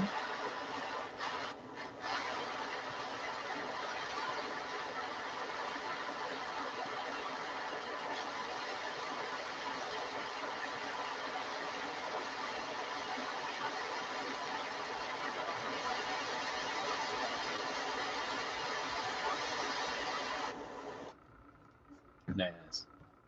That'll do fine, just fine. Just fine.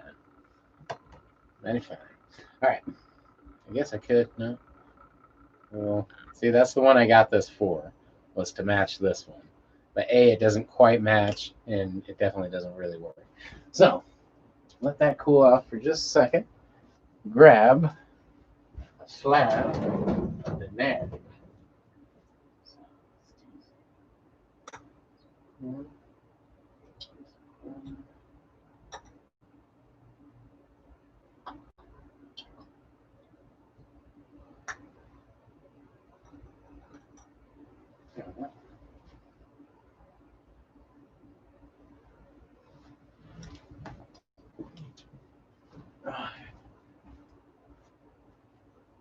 Blammo. Blammo, blammo.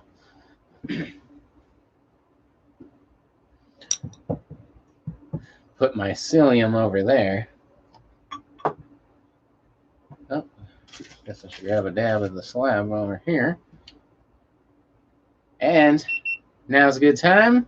If you can light your bowls, joints, bongs, blunts, dab rigs, vape pens, vape cartridges, vaporizers, now's a good time. Let's smoke a bowl. Thank you for joining me again for Shatterdays. Cheers, everybody.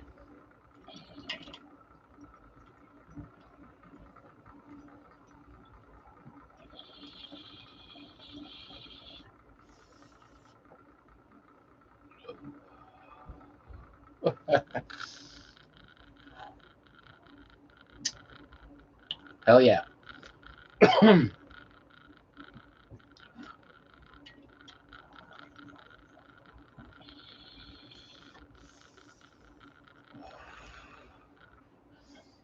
There we go.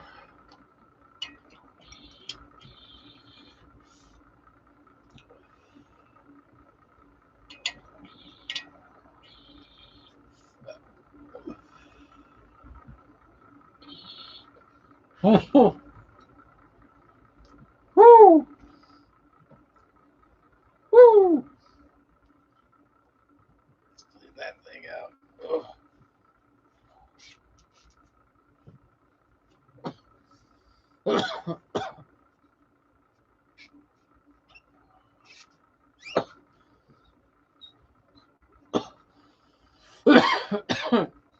Woo!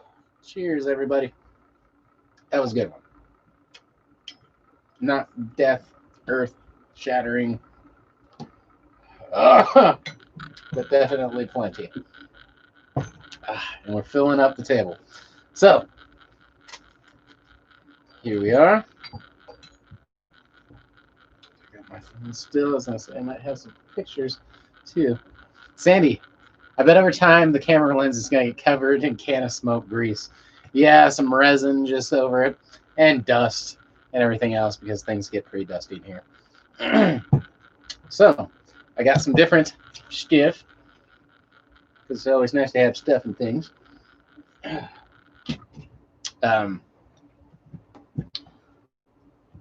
These are 3 different types of growing mushrooms that I've been doing some experimenting with. So this is brown rice flour and vermiculite mixed together. This is malt, rye berries, or malt rye, and this is popcorn, just yellow popcorn. So just 3 different things that I'm inoculating to grow mushrooms off of. But the cool thing is I started off with just rye berries, and then I just used those, poured them into the brown rice flour cakes, and they just inoculated that. Then I just poured a little bit into this can of popcorn here, and now the popcorn is doing really well. So the popcorn is something, pretty much all of this you can buy at your at Walmart. You know, popcorn, mason jar.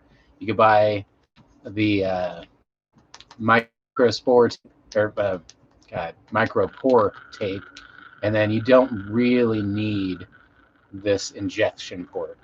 It's nice to have, but you can just lift up the jar and inoculate it that way, or you can just jar to jar inoculations. So I'm gonna do a bunch of cool mushroom growing stuff. I do have some mushrooms over there too, so very cool. Hopefully, oyster mushrooms, Phoenix oyster mushrooms, pearl oysters, and then funky mushrooms. Those funky magic mushrooms, which a few different types, but they all look very similar at this point. So I don't know. Anyway, awesome. Hopefully everyone's doing well with their projects. If you have any side projects going on, that is always important. And let's see here if I have fruiter. Yeah, there's a couple fruiters. Those are kind of a little bit older, but anybody who hasn't seen them,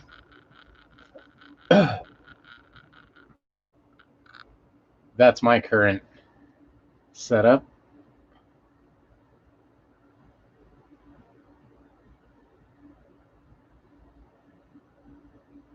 Two 1,000-watt LED lights.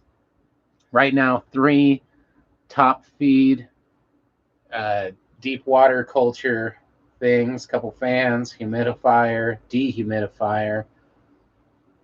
Andrew, yo man, how's the night treating you? Not too bad. Not too bad. I like your picture of a cat as an avatar.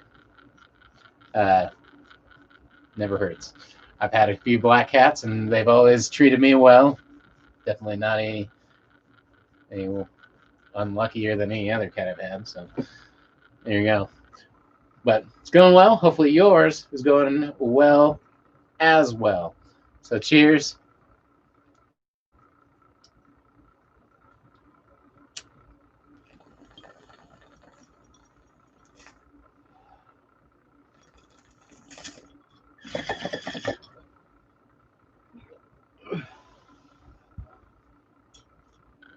Whew.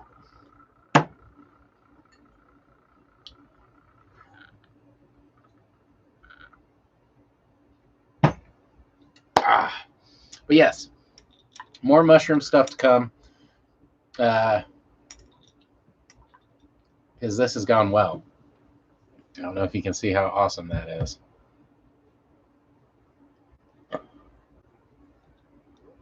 And the way I did this was very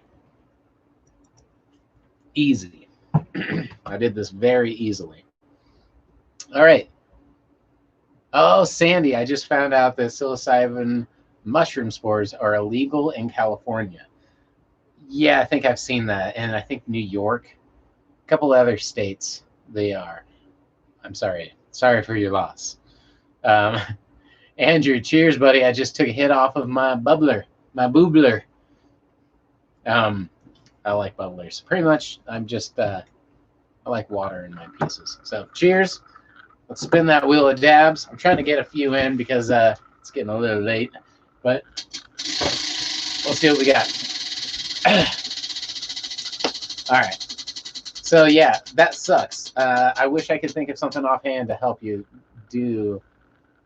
Oh, got Rose. Man, different bong every time. Love that bong. It's just, like I said, at the end of everything, I have this table just filled with shit. So you also just need a little bit of this stuff, which I don't think this is illegal. But I don't think they would sell it to you because that's intent to grow. So it's a little weird. Either way, when you're playing with lines like that, it's bad. Honestly, I probably shouldn't be playing the lines I play. But what are you going to do? Life is short, and so am I. I guess I'm kind of short. 5'10". It's not tall. But anyway, yeah. I honestly don't know. So the big thing is I just look at it for any discoloration. Now there's a little discoloration right there, but that's actually just where it hasn't completely colonized this jar. It's snow white. There's a little dot right there too, but that's just hasn't been fully filled in right there, I believe. So you just keep your eye on it. You learn that white is a very promising color when you're growing mushroom. That's what you want, is just when you lift up your jars, just solid white is a great thing. These, I keep on knocking them around and making them loose so you can pour them out. But if I didn't, it'd just be a solid white mass in there. And kind of like these. These ones, I want to be a solid mass because I want it to be one solid cake when I dump it out. I grew some lion's mane recently with it by just opening the top of the jar. I got these little baby nothing lion's mane, but I didn't even know you could grow them off that. So it went well. All right, Andrew, I live in Denver, Colorado. So do I. And the good thing is psilocybin is decriminalized, and I trip pretty often. Well, that's pretty cool. That's where I live too. Otherwise, I probably wouldn't be talking about too much. And yeah, as long as you're in Denver, yeah, you're fine. That's where I live. Denver's great, isn't it? Also, I believe Oregon just legalized it. I don't know, something like that. Is there a doggy? Is there a doggy? You want to tell me all about it? Did you go outside? Did you talk to the other dogs? What did the other dogs tell you? Did they say hello? Huh? Did they say hello? Yeah, they said hello. Did you go, hey, you other dogs? Hey, you. Fuck you, other dogs. Did you tell them? Did you tell them I said fuck you? Good dog. Sandy, yeah, Oregon just got legalized. So now, two things with that is there you go. I believe Oregon might be more progressive than Denver in this case. First off, you have to be in Denver County, so or like Denver, the city of Denver. Even up, just if you break out of that area, so it's a very small area. But I think statewide they've just really gotten relaxed. Also, I was told in Colorado they deprioritized, is what they said. So they don't charge you. They'll destroy it. They won't go and actively search for you, but it's still technically illegal. At a federal level and at a state level, they could prosecute, but they won't. They've been told you know what I mean, that to not pursue it. And in that case, they've also made legal medical studies and shit like that. So there's studies going on in Colorado, massive right now, more than anywhere else. Well, there was, but now it keeps on expanding outward to other places. You'd think California would be one of the extremely progressive places in that sense, but they're very tight on certain things for some reason. Andrew, yes, Oregon did decriminalize psychedelics. And see, that's huge because I think that's more than what we did by deprioritizing. I was here and I voted for it, and they just I did see the distinction. They're like deprioritizing mushrooms, and I'm like, that's not decriminalizing. So, and I didn't exactly see everything on what was going on in Oregon until it happened, and I saw it in the news. So, which I'm totally proud of. So, anyway, yes, Oregon did decriminalize psychedelics, and I'm very happy because I'm moving to Portland with my girlfriend in a few months. That's cool. They actually decriminalized every drug. See, and I think that's the way to go. I was just talking about that. Even though I don't advocate every drug, I do. It's kind of like speech. I may not agree with what you say, or I don't believe you should say everything, but I think that you should have the right to be able to. So let's grab rosemary, parsley, sage, and thyme. and Mrs. Dash's cooking salt. Love that one. All right, let me grab this.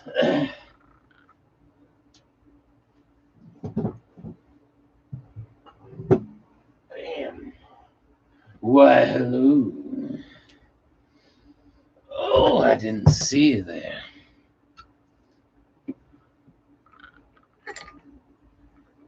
Boom, boom, boom. All right. Yeah. Let me replace this water. That's some water right there. All right.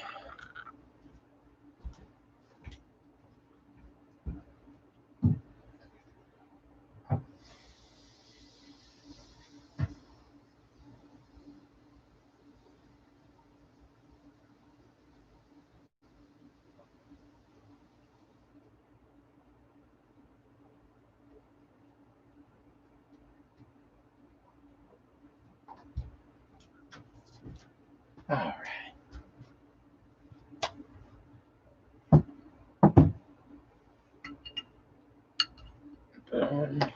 Put these guys back while I'm thinking about it. Super proud of those.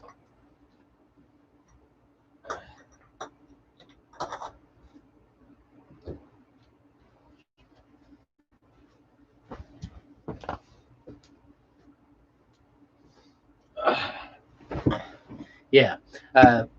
Things have been going well. The clones are still right there doing good. The mushrooms are doing good. Everything's doing pretty good. I won't say great on anything yet. Mushrooms have been doing pretty damn good. But I'll take what I can get. Right now, I will say this. I'm all about. See, I think there should be a distinction a little bit more when talking about drugs, in my opinion, where I think plants should always be illegal. Drugs should be highly, you know, you should at least keep an eye on them so much more, uh, scrutinized and yeah, looked over. But for the most part, plants are always fine. Even if you take a drug like heroin, if you take the opium, if you take the poppy plant from which it's derived from, it's pretty harmless and innocent. And it's not until you start doing all these things to get, you know, to the later product, then you have a drug. And you can even say the same about you know, all of them, but even you can say like hash can be a different product than uh, than marijuana.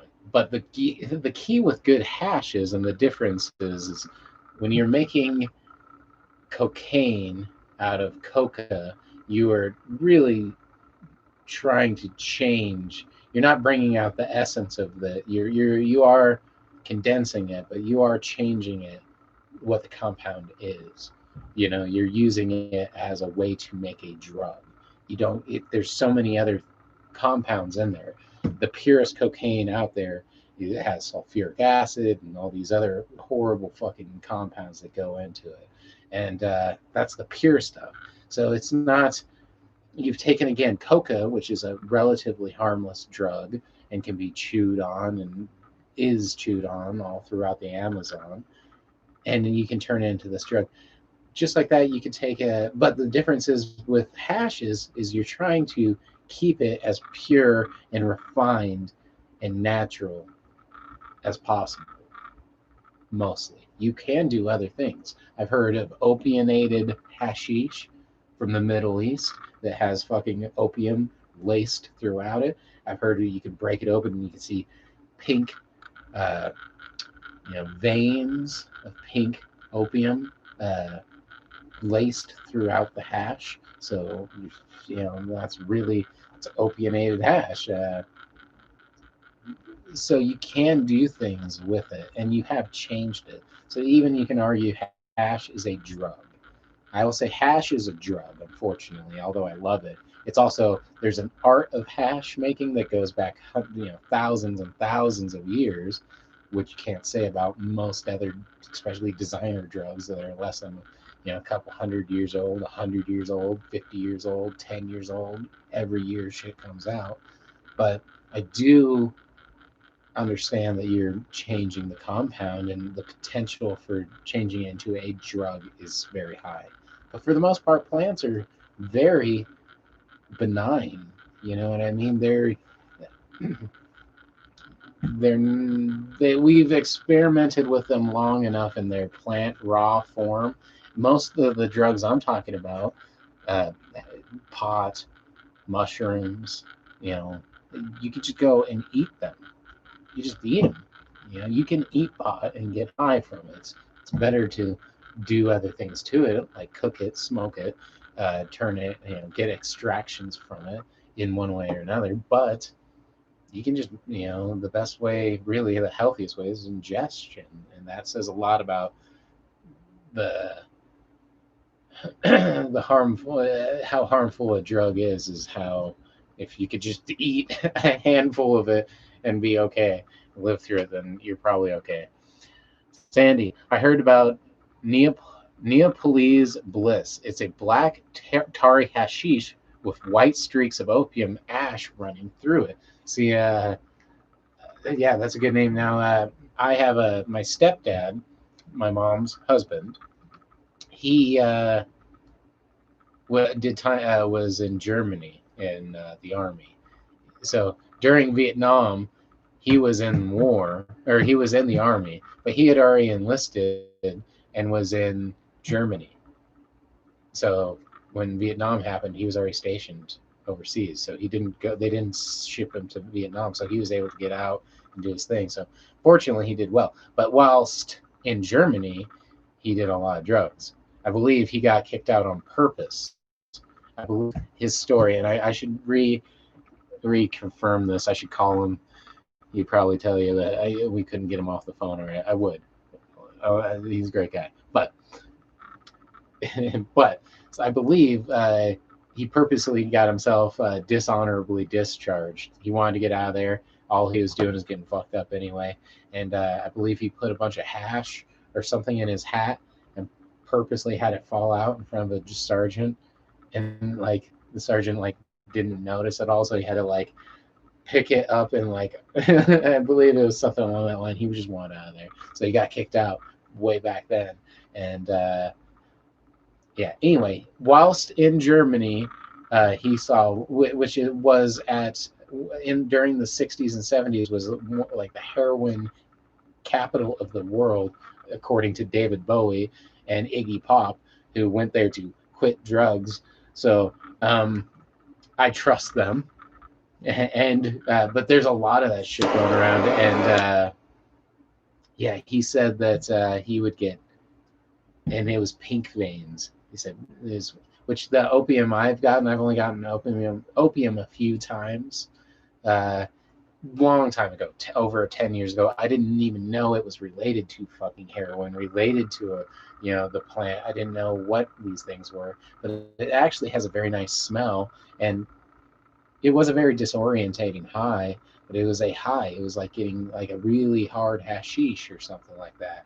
Uh, so it was interesting, but I was very out of it. I do know that. So I mean, I didn't want to do it again and again and again, but I enjoyed just having it because I'm like, oh, this is a cool thing to have. But now I have a very different stance on it. The stuff I had was pink, white. It's definitely whitish, but with a pink hue. And he would say he got, yeah, this brown blackish hash, dark looking hash, and you could see just veins of pink, light pink and pink. So and I don't know. I had a friend, and unfortunately he went down a bad path of eventually fucking of heroin and stuff like that. I know he was smoking it, so I know you can smoke heroin, and that's like a thing. I think he smoked it like a foily, like on foil. Uh, I didn't see him or watch him or anything. He got busted, and then he went down a dark path, and he is no longer with us. And I'm sure that drugs are 90% of that. But so I don't recommend it. It's weird for someone who has those dark, I've lost personal people. I've lost my father. I've lost friends. I've lost so many people to these things. Yet their legalization might have not, it definitely would have gotten rid of, I don't know, it might have got rid of their fucking addiction altogether because they would have had a legal place to get it, a safe way to do it, people around them watching them and like observing them and seeing their mental state and realizing most of the people who do those hard drugs are doing them because they're not okay in the first place. Something is wrong inside. So observing those people, I'm sure you can start to notice like, oh, there's other factors other than the drug, and just making people come around out of some fucking drug house, crack den, where nobody cares about you except for to get high or to use you for fucking something, horrible, especially if you have anything worth taking. And if you could get those people out of those types of places and into a safer place to do them, that alone might expose them to people who could get them help and start to realize that they need help. And it's not always the drug you use, but the surroundings that you keep putting yourself in.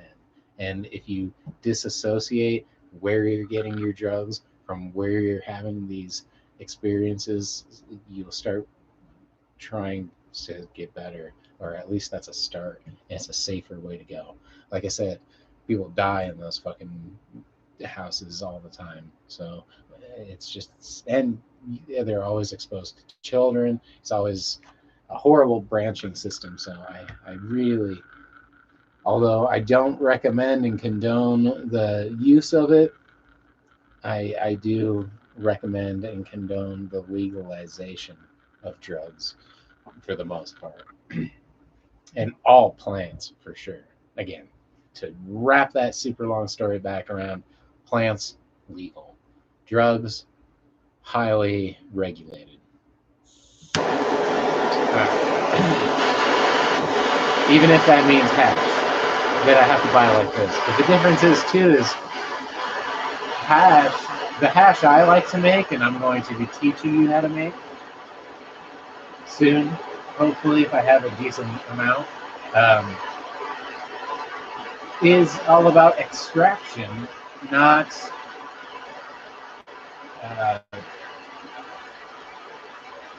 adding things. Drugs are when you take two different compounds to make something stronger. You also condense it, but you're also adding. That's a drug. Hash is an extraction. Now,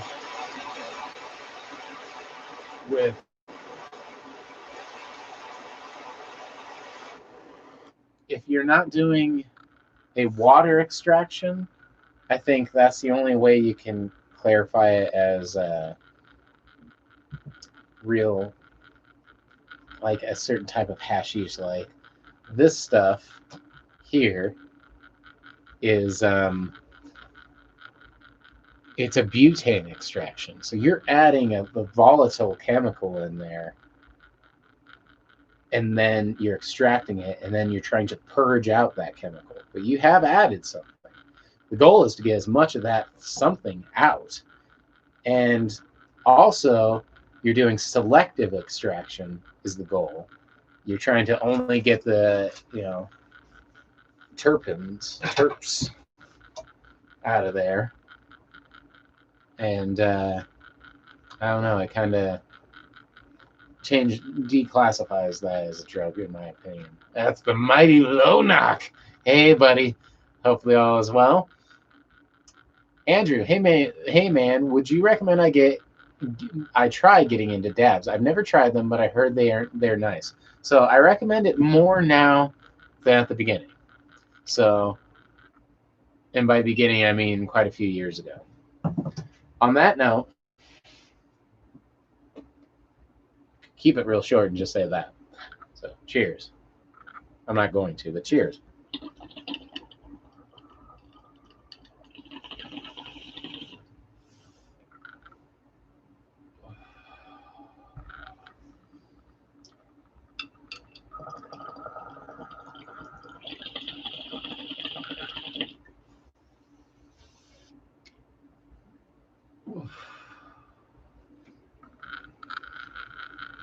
So, like most things, you can get bad dabs. Honestly, I have a bunch of mediocre dabs. Uh, there's a company called High Tech Solutions or something. I usually have a whole bunch of this shit all over. I do, but none of it says their name on any of the stuff that's around me. It's terrible. It's not very good. That's not why I'm like, I'm dabbing off some cherry limeade from blah blah blah, because I've gotten some good hash and this ain't it. Um, this is Critical Jack or Citrical Jack, which is the best of the ones I got. It's a lot better out of a dab pen for some reason, and but it's really harsh out of these rings. Dabbing in general, ooh, I'd say it's good, but uh-oh,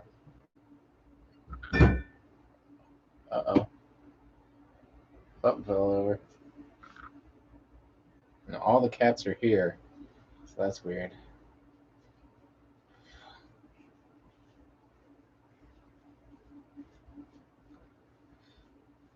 All right, sorry. All right, and yes, I'm gonna get more into this. I'm just trying not to die. Lonak, smoking on a joint. Just got back from work. Sounds good. The joint part. Today is my day off, so the getting back from work part, I can live with that. I just bought a humidifier for my mushrooms. Awesome. I'm hoping a monotube. I'm hoping my monotub would fruit. I got golden teachers hopefully soon. So golden teachers. If you can do golden teachers, you're on a good start because they are a little bit tougher for me than some of the other ones. Right now, the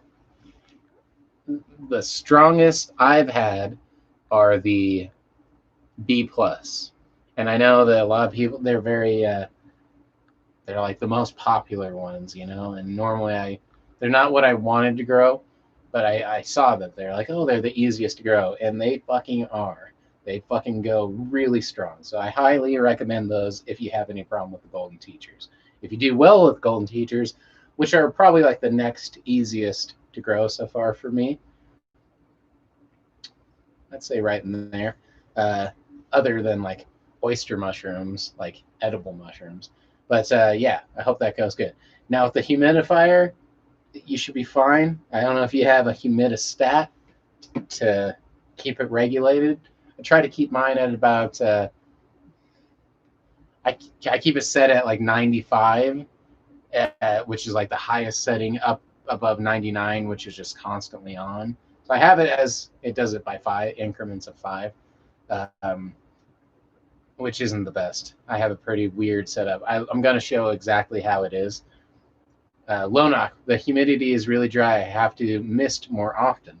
So with a monotub, you can just tell because you want enough humidity in there that there's not dripping wet off the top, but there's condensation on the top always. If it's too dry to see that, and have some perlite in the bottom, I usually keep a couple inches of perlite, and then I have like a good ½ inch of, which is probably more than I should, of standing of water that I can visibly kind of see that there's water in there. So ½ inch of water, and then like 1.5 inches to 2 inches of perlite. I have a big tub though, and then I place some foil before I put my cake so that I'm fruiting off of there. And then humidifier will do good, especially if you put a hose into there. The hard part is keeping it regulated. My shit's all automatic. It's not ideal, but I could get you the fruiting chamber I have costs about $125 for all the parts on eBay. You can cut that probably down to like 100 if I just want it cheap and just which is fine. As cheap as I can, and just do it that way. I could probably get it down to like 100 and something, especially if you get a humidifier with a humidistat on there. You can get well under $100. So it's for a fruiting chamber, which is kind of expensive if you're not going to fruit quite a few mushrooms. Otherwise, you can just do it in the tub, which should be fine. I've done it, but my problem is since I've been growing mushrooms, I work so much that I don't have time to keep that fanned. It's more of a fresh air exchange. You gotta keep fresh air in there because they breathe like we do, same oxygen, carbon dioxide. So you have to keep them fresh air, and they'll literally grow towards like air holes and shit like that. So it's a balance between keeping it humid and keeping air flowing. Since the air is flowing, it dries things out. So, but that's also what produces mushroom growth is evaporation, humidity, and like drying up constantly. That's what it'll do. But you don't want to dry up fully ever. So it's a balancing act. I have an automated system. I will put up exactly how I did it, everything like that. Things have just been tough all over, and I haven't been able to make any money, and I don't make any money off of any of the things I do. The show doesn't make money. Pot doesn't make money. Mushrooms don't make money. They're just all cool to have. So, but anyway, Andrew, hey man, would you recommend getting into dabs? Well, yes, I read that one. Andrew, I have a medical card because I have traumatic brain injury, so I have access to a lot of product. Any you recommend? I personally recommend if you want to do dabs, get rosin or distillate. In my opinion, they're much tastier and much healthier, and they're more guaranteed to be a good product. If you get hash like this looks good as far as you could tell if you don't know dabs. It smells okay if you don't know dabs. It's, but then you take dabs and it's very, very harsh. It has no good flavor. The place I have been going to, and again, I go through the person I have around me, so it's easy to do that way. There's no transaction or whatever, yada, yada, yada. But I hate that place. And it's just conveniently located, and I'm not doing it personally. One of my things I was going to do if I had more free time and more money would be a ranking system of all the places in Colorado. Like once a year, I would get a literal list of, like a rating system. Be like, how cheap are the places? How what they carry, fucking quality, fucking friendliness, fucking customer service, yada yada, and just go to all these different places and kind of do a rating system of my own. Venoms, Colorado, blah blah blah. Send it into Weed Maps or some shit like that. I had a thought about doing that, but I don't have enough money. Buying like an eighth from each place, judging it, pre-roll from each place, but I don't know. Rosin, distillate, I think are safer that health-wise, especially if you're doing it for medical reasons. They're a good place to start, and they contain and try to get a balanced CBD THC ratio if you're doing it for medical reasons. Another thing I would recommend.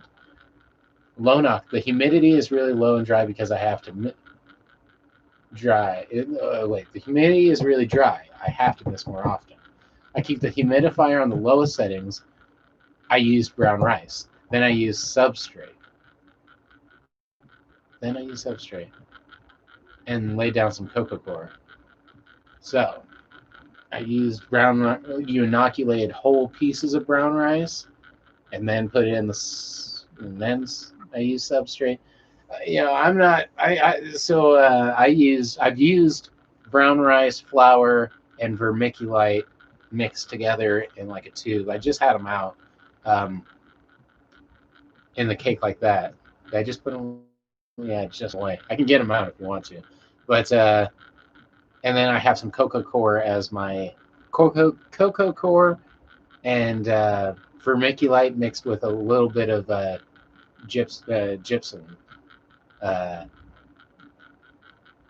yeah, mixed in there. Should do a little coffee ground sometimes. I've heard is good too. And I mix that up, and that's so I'll do either right now. I just started doing popcorn.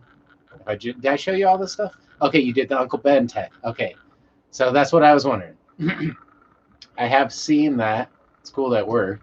I mean, I'm sure. I don't see why it wouldn't because it's in a nice bag. I've never looked at it because I don't know. I don't know. I don't know. I haven't looked at Uncle Ben Tech, but I know exactly of it. I've seen stuff on YouTube and stuff talking about it. So, but once you get in there, and now you already got it, I would just make sure. I think the biggest thing for me is I kept letting mine dry out. Like that was the biggest thing. The two things, like I said, the two biggest things are I would let them dry out, or they wouldn't have enough fresh air. So once I started getting fresh air, they dried it out more. But you don't want to get them wet. But although when you're using cocoa core and stuff like that, it's a little bit better. But I've heard you don't want to get them like wet, super wet. Lonoc. That's why I bought the humidifier. Yeah. The only thing with it is unless you have a humidistat to regulate where it's at, it's either on or off. And the mid setting, even though it's on all the time, will eventually, hopefully that should be okay. It's good to have a humidistat, like I said, that regulates where the relative humidity is at and turns it on or off depending on if it's low or high. I kind of have that because of the humidifiers I have a humidistat on it, and it can read the where you want to set it, and that is literally in my fruiting chamber.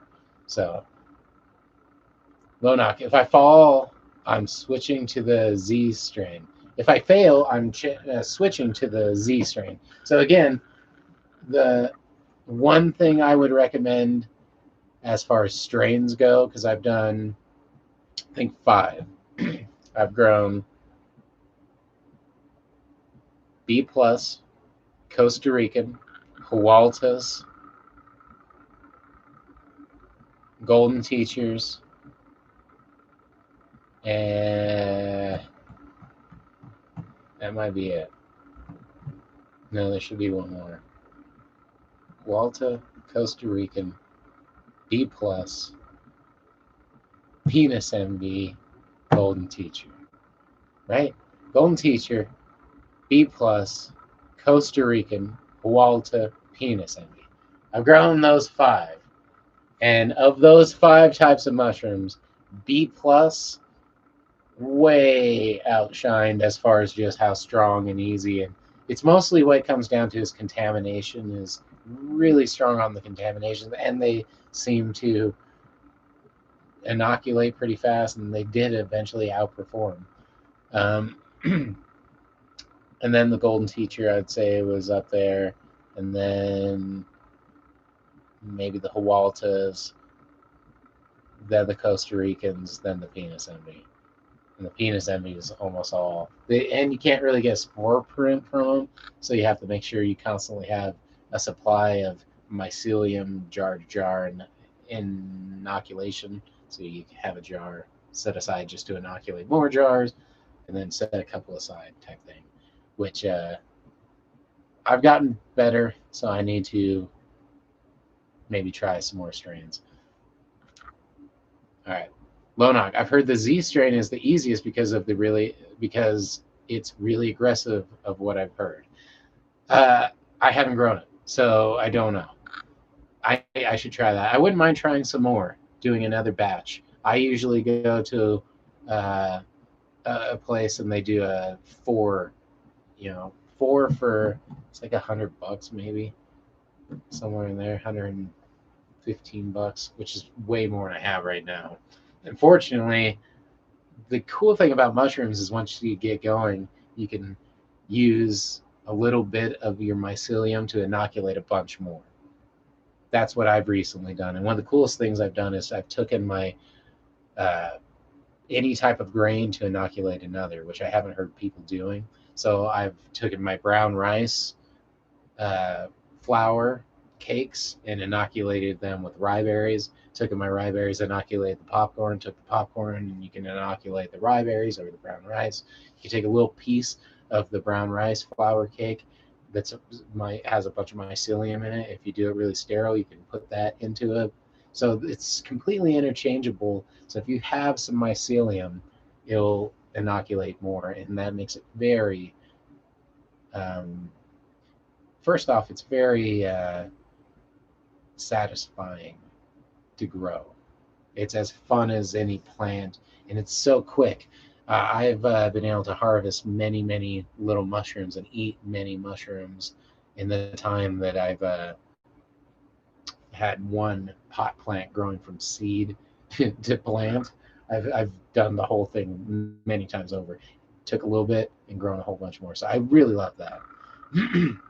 Lona, yes, I should buy more pre-poured agar plates. Yeah, that'd be nice. I haven't done any agar. The cool thing about that is you can pick your just a strain, a really strong piece of mycelium, take that out, and just use that to inoculate. And I've seen a lot of people who just take their agar plate and just toss it in there. And like that kind of defeats the purpose of agar, in my opinion, because then you could have used anything. I mean, it's cool. Just actually, the agar is cool, but it seems a little bit. For me, I don't know. I just haven't tried it yet. It seems unnecessary, is all, because I just like having what I'm already growing it off of the grain. The grain I'm already growing it off of, I can use to inoculate any other type of grain or anything I'm trying to do. So I'm like, but if you're using agar and you're cutting out just a really good looking rope of mycelium, corner triangle, and then you're doing selective uh, uh, choosing it selectively, and that's cool. Monarch, if I want to save my grow, yeah, and you can do that. Well, and see, you can just take some. I don't have just the huge jars of rye or popcorn or grain, whatever grain you're using. I have some half quart jars, and they're just like that. One's beautifully filled with mycelium. You just toss it in the fridge, and that shit will last for fucking years.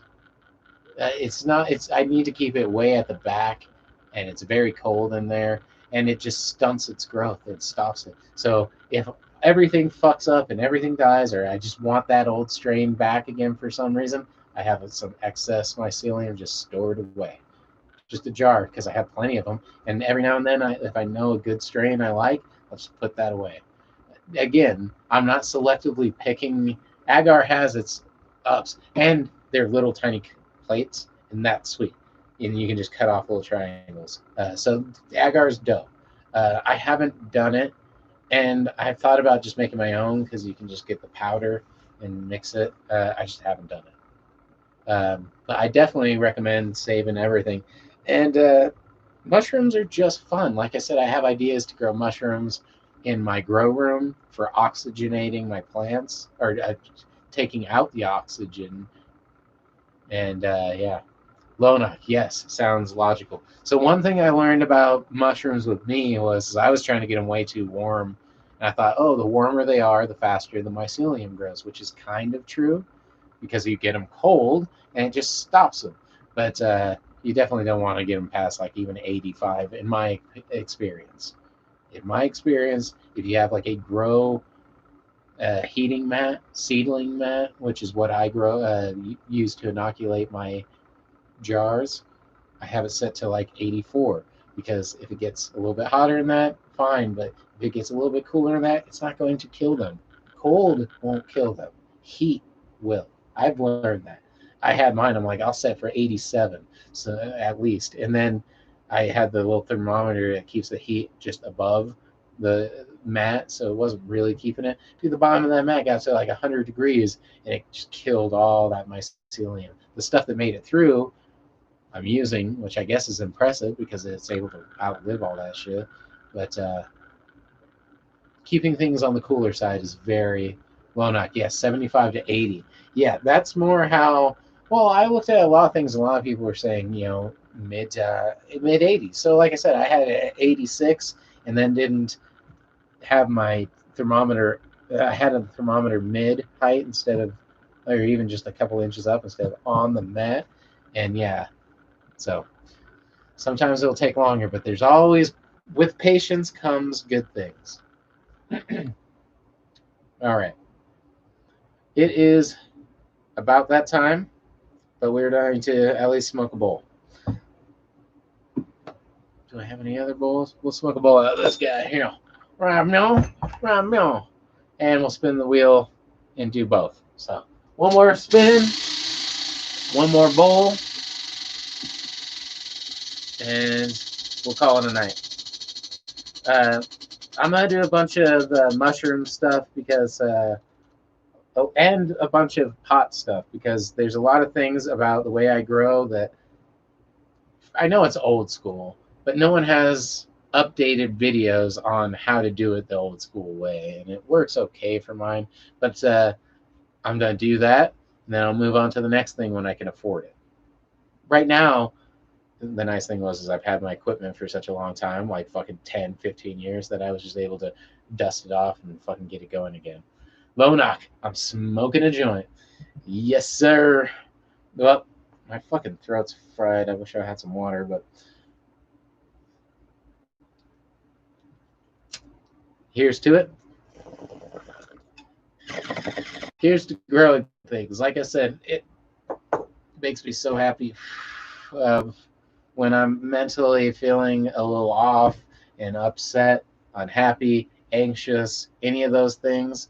Going to my grow room, which that's one thing I don't like about the LED lights. It's one of the biggest bad things is they're not healthy for you. I have to wear fucking filtered glasses in there because it'll fry my fucking eyes to the point. I'm under so much light right now. I'm under like beam light, spotlight, spotlight, spotlight, spotlight, beam light, fucking like there's so much light, and this is not nearly as bad as that fucking grow room. That grow room, and it's all purple violet, and it's beautiful, and you want to look at it, and even without looking at the light, just the reflection off of everything. I mean, I walked out of there after like maybe 5 to 10 minutes. Everything was green to the point where like I was very concerned. Like, I'm like, holy shit, this is really bad. It went away after about, I don't know, 20, 30 minutes. Slowly, we're gaining color until it fucking went away with just a little dot of green in my fucking vision. I'm like, well, that's not good. My eyes really hurt. I woke up the next day with like a headache and my eyes hurt. And maybe I'm just really sensitive to it. But I've worked under lots of lights, high pressure sodiums, metal highlights, fucking low level LED lights all the time. But the grow lights I'm using, which is actually what? I'm actually using 2400 watts in there. And man, it fucking just, yeah. Lonak, I was drinking, so I'm a little tipsy. No, nothing wrong with that. Nothing wrong with that. I haven't had a drink in a very long time. I pretty much think I'm done drinking, which is fine. I don't need to drink. Drinking's never been my thing. One good thing about not really like cigarettes was the same way where I'm like, fuck it. I shouldn't smoke because it was never really my thing. If it's not really my thing, I should just stop it before it becomes my thing. Because usually I'm all or nothing. Lonoc, I'm about to flower soon. That's cool. I'm about to start flowering. I don't know if you mean you're about to start flashing your lights to 12 on and off and start flowering, or if you're about to harvest. I'm guessing flower. If so, if you mean that, I'm about to flower too. The only thing I'm waiting on are these clones right here. Might not be able to see them great, but I got 1, 2, 3, 4, 5, 6, 7, 8, 9. I got 9 clones. Oh, I thought I had. Oh yeah, shit. No. Well, he's dead. Yeah. Let's see how he did. Did he ever gain any roots of any kind? He just started busting roots. Well, that was that guy. He got stomped and killed. This was a experiment one anyway. That's why he wasn't with his family, and the cat ate him, which is fine because the cat gets to eat quite a few of my trimmings from the plant. But this one was a piece that was almost dying anyway, and I just wanted to see if my rock wool and my cloning solution and everything was going well. And I did it a little bit earlier. So those still have a little bit to go and a lot healthier. The only thing is some of those are tops. All right, Lonoc, yes, high pressure, 600 watt high pressure sodium soon. Poor guy. Feel bad that he got so fucked up. That's the best one to grow with, is the 600 watt high pressure sodium. 1 or 2 of those is all you need. They're some of the best for energy consumption, for their size and what their output is, what they consume and what they put out. They also, like I said, I've been under those lights for a long time, which I found is very dangerous. You should wear long sleeves and all this, because I'm like, I guess those can give you really, it's just as bad as being under the sun or whatever, or worse, way worse if the sun was concentrated or whatever. It's not good to be under that spectrum, is what I was hearing, too long, which I've done with my fucking naked eyes too. And for hours I've sat under those fucking and just enjoyed them and just hung out with plants because it was great. And it's even harder now because it's almost impossible now with those LEDs. So it sucks that kind of went away. I can't wait to grow it more mediums so I can enjoy them in different spots. Sandy, are you sure that little guy won't bounce back and start growing again? If you notice, I'm not throwing him away, or I'm putting him back. So I think I can show you this. I'll be right back here. I'll show you where he's going, and you can watch.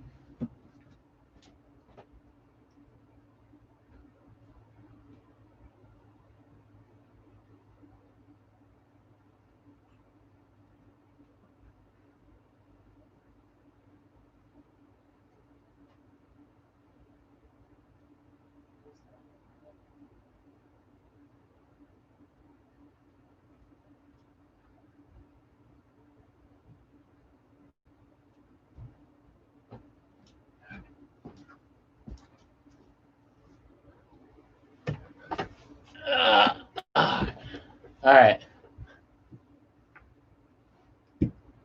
Don't buy VivoSun clip-on fans. They're defective. Good to know. And I know exactly which ones you're talking about because they're the cheap ones. I recommend the Hurricane fans for the clip-on ones. They just do really well, but they're expensive. Those clip-on fans get expensive. The whatever ones are cheap. God's own lunatics motivate me to grow some pot. But anyway, so I'm such a softie. Every time I take clippings, if they're big ones, even though like these are on the lower ends of the pot plant that really aren't getting any light and just they aren't going to help the plant at any point. It looks like there might be the start of a little root here. I just feel so bad, so I toss them into these guys. So now this guy with a little root will go down here. And then I have it in my windowsill with the other herbs, and they just do their thing. So we got some. They smell like the herbs that are surrounding them too, honestly. All right, so there you go, Sandy. Not bad. I can see all the roots in the water. There we go. But the plant is not.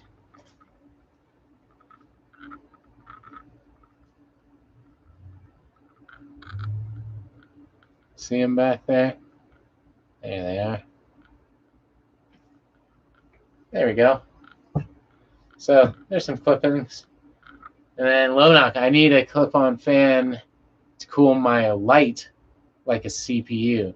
The light for your CPU? No, for your mushrooms. Oh no, for your 600 watt high pressure sodium.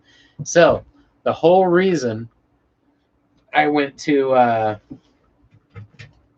LED was temperature problems.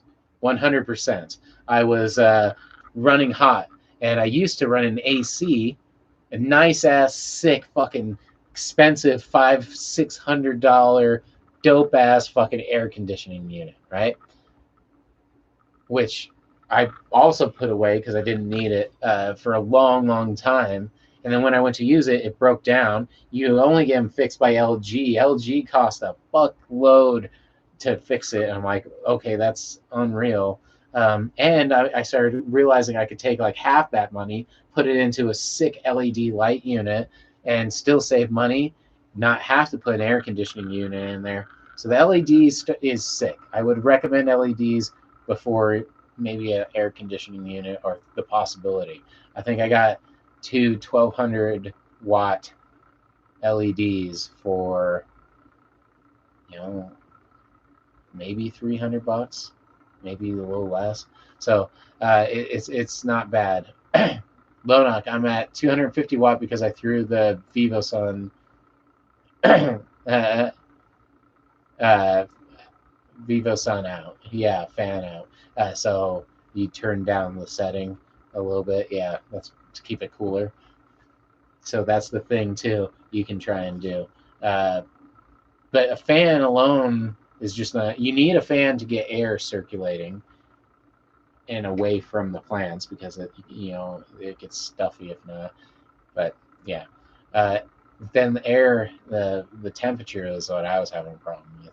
God's own lunatics. Tell me how I release all of humanity back to their soul, as life is purgatory, whereas most are doomed to hell. I need motivation. The weed in Canada is crap. Wait, what? The weed in Canada is crap. I had great weed in Canada. I, I'm very confused. So, um, well, that's not you. Uh, anyway, so tell me how I release all of humanity back to their soul, as life is purgatory, whereas most are doomed to hell. There's so much to digest there. Tell me how. First off, you expect me. I know it's the beard. It does give me mystical powers. How I release all of humanity back to their soul. Start with that. Huh? I don't think you release somebody back to something unless they've been taken away. I'm lost, man. I have no clue.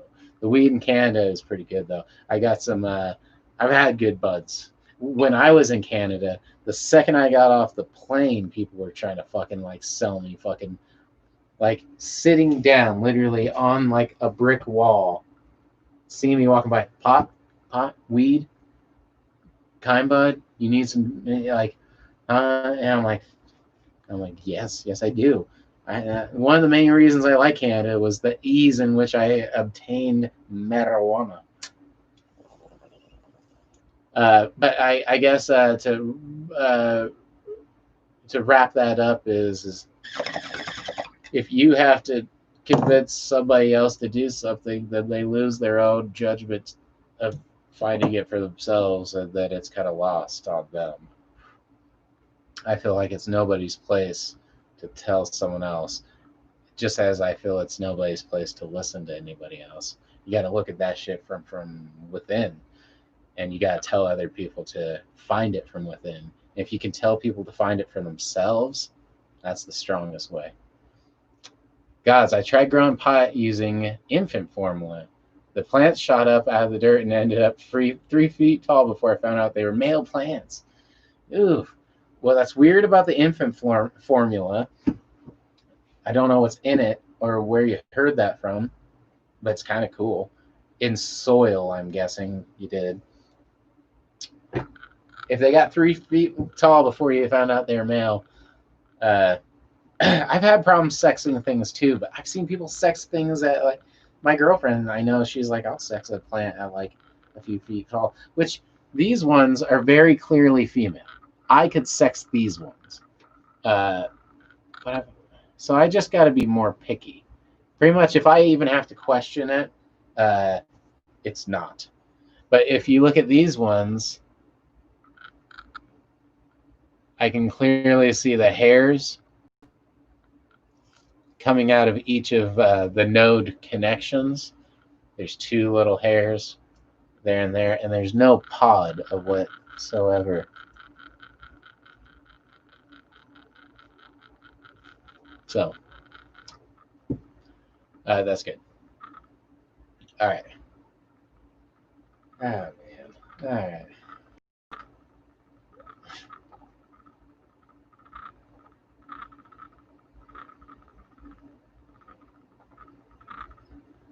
There we go. Anyway, Lonok is definitely female. Yeah, I just, like I said, I've always been. Now that I'm looking really, really close, it's just so obvious. But I've had ones where I'm like, I can't tell. It's that part of you that just really is hopeful. But yeah, there's so many hairs. Oops. Well, I guess that dead leaf needs to go anyway. Should probably trim these up. Another good thing to do is to trim all the ends off of all these, and that will force them to root. So I should probably clean all of that up. And if you ever wonder why all the tips are cut off of all my plants, of the clones, that's why I do that. You force rooting rather than outward growth of all the fucking plants, of all the leaves. So I should have done that with this one. But these are, like I said, I don't like throwing things away. So this has just kind of been. Now, one thing you got to watch for is with this amount of stress being cut and just tossed in, and they get in sunlight and they can live, but sometimes that stress will force them to hermaphrodite. You'll have hermaphrodite, half female. You'll get buds with seeds in them. That's what that is plants that aren't really tended to or kept from being pollinated by one that does turn male, which they can do from high stress levels. Too much darkness, too much light, too much heat, too much cold, too much stress of being tossed in a cup. So Lonok, yes, I got mostly hermaphrodites. So the problem I was having was I was getting clones from dispensaries, and I kept getting fucking hermaphrodites. And they do that shit on purpose. And if you notice, most fucking dispensaries you go to, there'll be fucking seeds, at least one seed, even if the buds are good. I'm like, yeah, dude, fucking, they can't control that shit any better. In fact, the smaller the grow, the easier it is to control because you can look one by one and check the plants. The problem is usually I'm only growing a few plants and I only get a clone or two. So if it turns out male, I can't just be like, well, toss it, or I should, but I don't. I'm like, well, fuck, I'm fucked. I'll grow this, clean it out. It sucks. I've done it. It sucks really bad. But the key is I got feminized seeds. That's a big part of it. Ooh, the purple shark. That's good night ender right there. I got feminized seeds, so I know pretty damn well that they are female to begin with. Then I have looked at them still to double check that they are female. With feminized seeds, I know it's a matter of taking a female plant, one you know is female, and purposely turning it to a hermaphrodite or male and impregnating another female. You take that seed and grow it and make sure you take a female from those seeds, grow it up, impregnate, turn it back into a male, take that seed, impregnate another known female. Take those seeds, grow it, make sure it's a female, turn it to a male. If you keep doing that, you genetically make the chances of males go down lower and lower and lower until eventually, like I guess it's like a 99% chance after a certain point, they're like, we can't get males out of all these seeds. They eventually stop. They're all female because every time, and that's the process from what I've heard, just like that. Might have sounded weird, but you take a female plant, turn it male, and then take that, or turn it into a hermaphrodite, take that pollen, purposely pollinate a female, make sure it's a female, take the seeds from that female once it's pollinated, get the seeds, make sure you take a female seed. It's pretty much selective breeding to the point where you have feminized that seed. Now, I've heard it that you can do it with chemicals too, but I don't know if that means that you're using chemicals to make sure that you're just turning the plant into a hermaphrodite or male, or if you're genetically, I don't know what the fuck they're doing. Lonok, hermaphrodites got more female seeds. So if you keep doing that over, especially like I said, there's a process that they do of turning females to hermaphrodites, using that pollen to pollinate a purely female again, taking the seeds, making sure that you take this whatever seedlings grow up, sexing those, taking the females, turning them male again. Like I said, kind of went through the circle a few times, but it's kind of weird. But once I understood it, I'm like, oh, okay, I get it. You're just highly breeding the females and breeding out the male genes. So, cheers, everybody.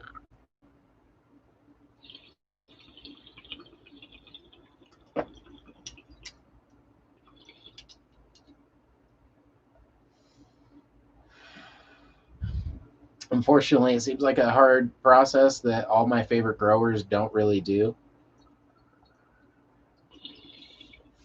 There's a company called Oni Seed Company in Colorado, which I met the guy and I know the owner. Well, I've just met the owner, talked to him, have talked to him back and forth on Instagram, and I know his bud's just fucking killer.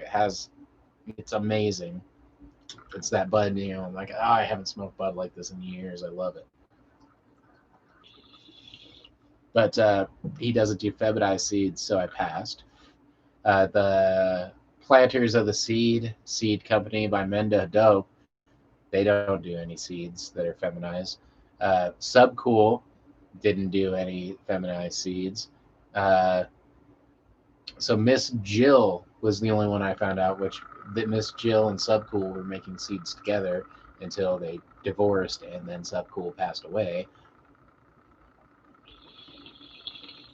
And she's, I think, sells one feminized seed through the Planters of the Trees Seed Company.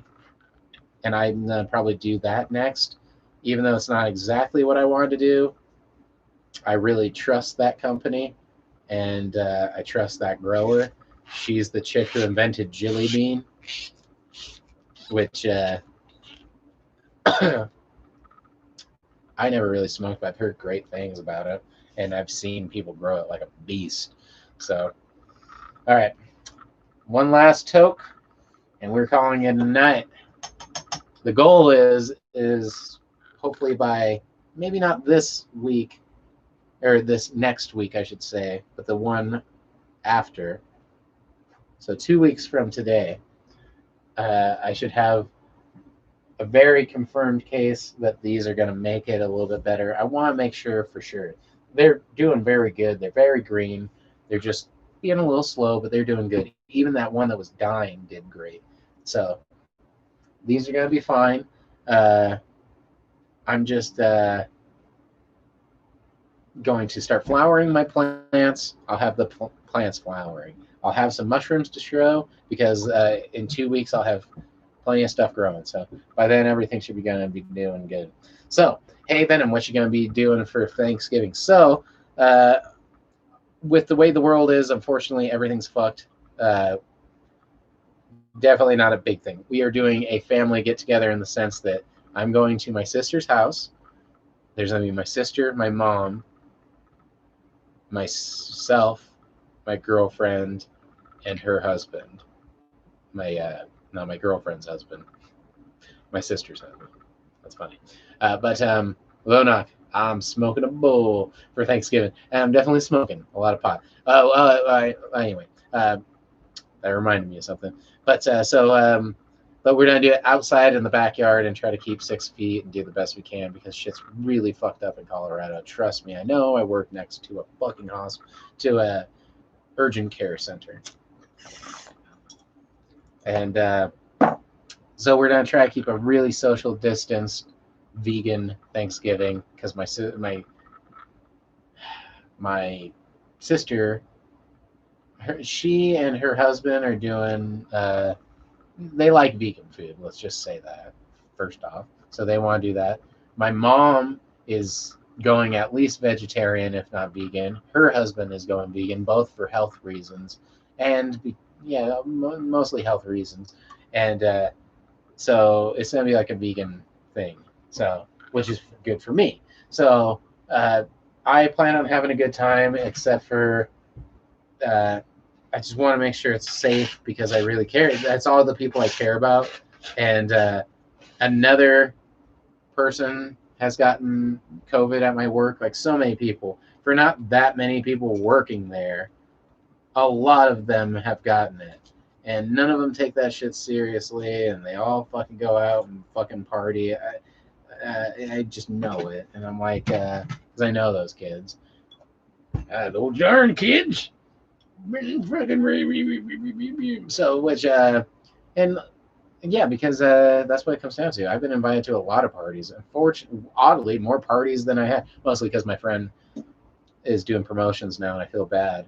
And my friend just had a birthday. It's just bad, dude. And people doing that shit are making it worse. I'm not going to that shit now because I want to go next year. I'm not going to a Thanksgiving, and we're not doing a big thing because I want to do a big thing next year.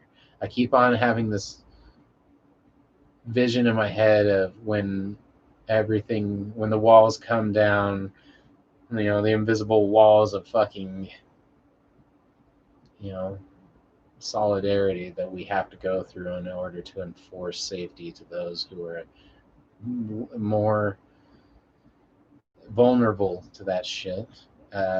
Once those come down, the party's on, and we can remember how. What sucks is this time of the virus has separated us, which is good because it helps slow down the virus. But at that same time, it's been a very divided year, and that has just put the exclamation point on the end of an already violent sentence of separation. So hopefully we can all pull it back together, and I'm sure that overcoming something like this would be a great way to symbolize that. We'll be able to pull that all together. Uh, until then, unfortunately, it's just making it a little bit harder to be connected. So that's why this is important that we're all here and talking right now. I've had invisible walls on Thanksgiving. Good call. Sandy, that says Lona. Sandy, your Thanksgiving plans sound cool and sane. Yay, family. And yeah, and that's the dilemma is, we're torn between wanting to be with the people we care about and not hurting the people we care about. So that's a fucked up dilemma. But if there's one thing I've understood, that this world is absolutely filled with philosophical dilemmas. We're constantly diametrically opposed to things and can't decide. We have two different lobes of our brain, different sides of the hemispheres that we always have to fucking console and understand that, you know, we're contradicting. You know, it's okay to feel one thing and think something else. It's okay to think one thing and feel something else and act upon it a different way because you know that's what matters.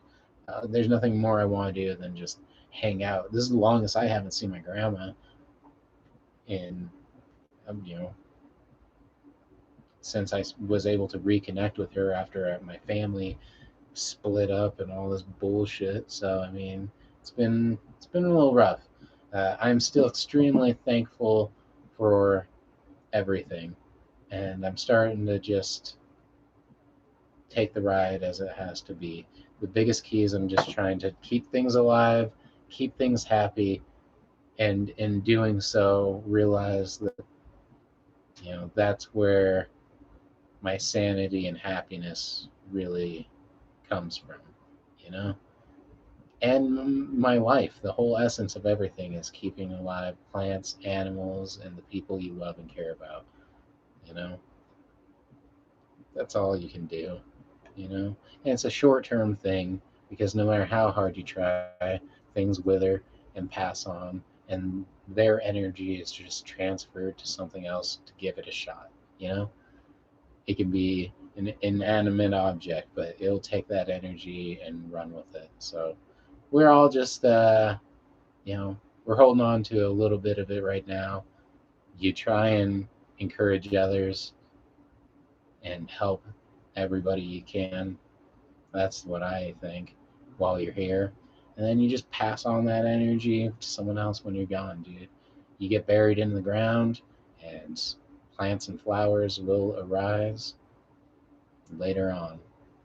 And if not, you're still a part of the planet. The planet will float through the outer space. Outer space will flow through the solar system. The solar system will go through this universe. The universe will just pop in and out of itself like a big black hole.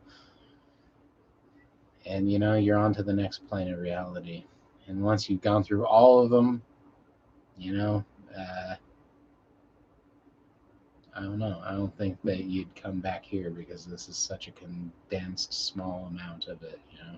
You're only seeing such a small slice of it here that once you expand beyond it, it's hard to return, and you kind of don't want to, you know, unless it's to again help other people on their way to transferring that energy to new people who need to learn. So, cheers, everybody. Here's one last bong rip for the evening. Josh, growing ganja indoors is unnatural. Mother Nature it gets very pissed off about that shit. I have plenty to talk about with that, but it's very late. Uh, Growing pot indoors has taken something away from me because I'm using LED lights, and you really shouldn't be out in the high pressure sodiums. I've heard are pretty bad. Hey, pumpkin. So no matter what, it's not the best. Sorry, there's a cat right there. I used to love to just hang out in my garden and just enjoy it, and LED lights have took that away from me. So I feel you a little bit on that, but at the same time, I just hope the plants are happy. I can't see Mother Nature being too pissed that you're just trying to keep things growing. I like a house full of plants, man. I'm only saying that because I'm too poor for an indoor grow.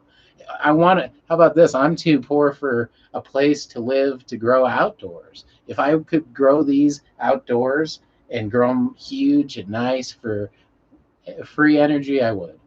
But that's the goal. In the next few years, I will be doing that too, and I'll probably be doing videos on it. Till then, cheers, everybody. Indoor, outdoor.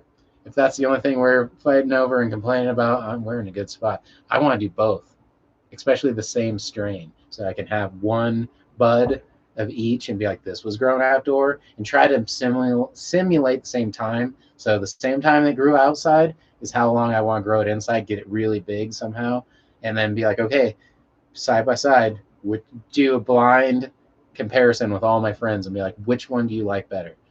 Well, that one was grown outside. Ha ha! Surprise, cockbag.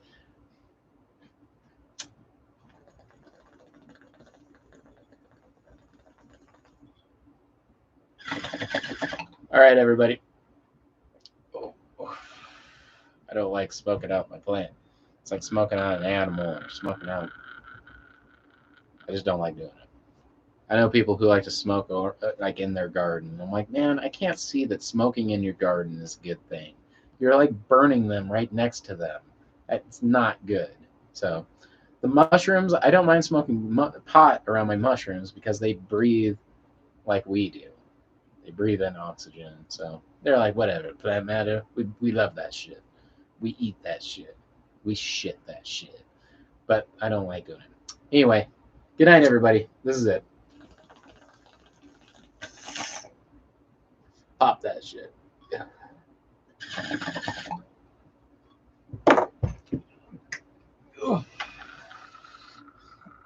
All right. Till next week, we will see you.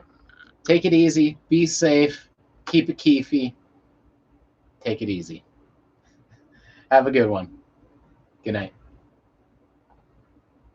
Good night, Sandy.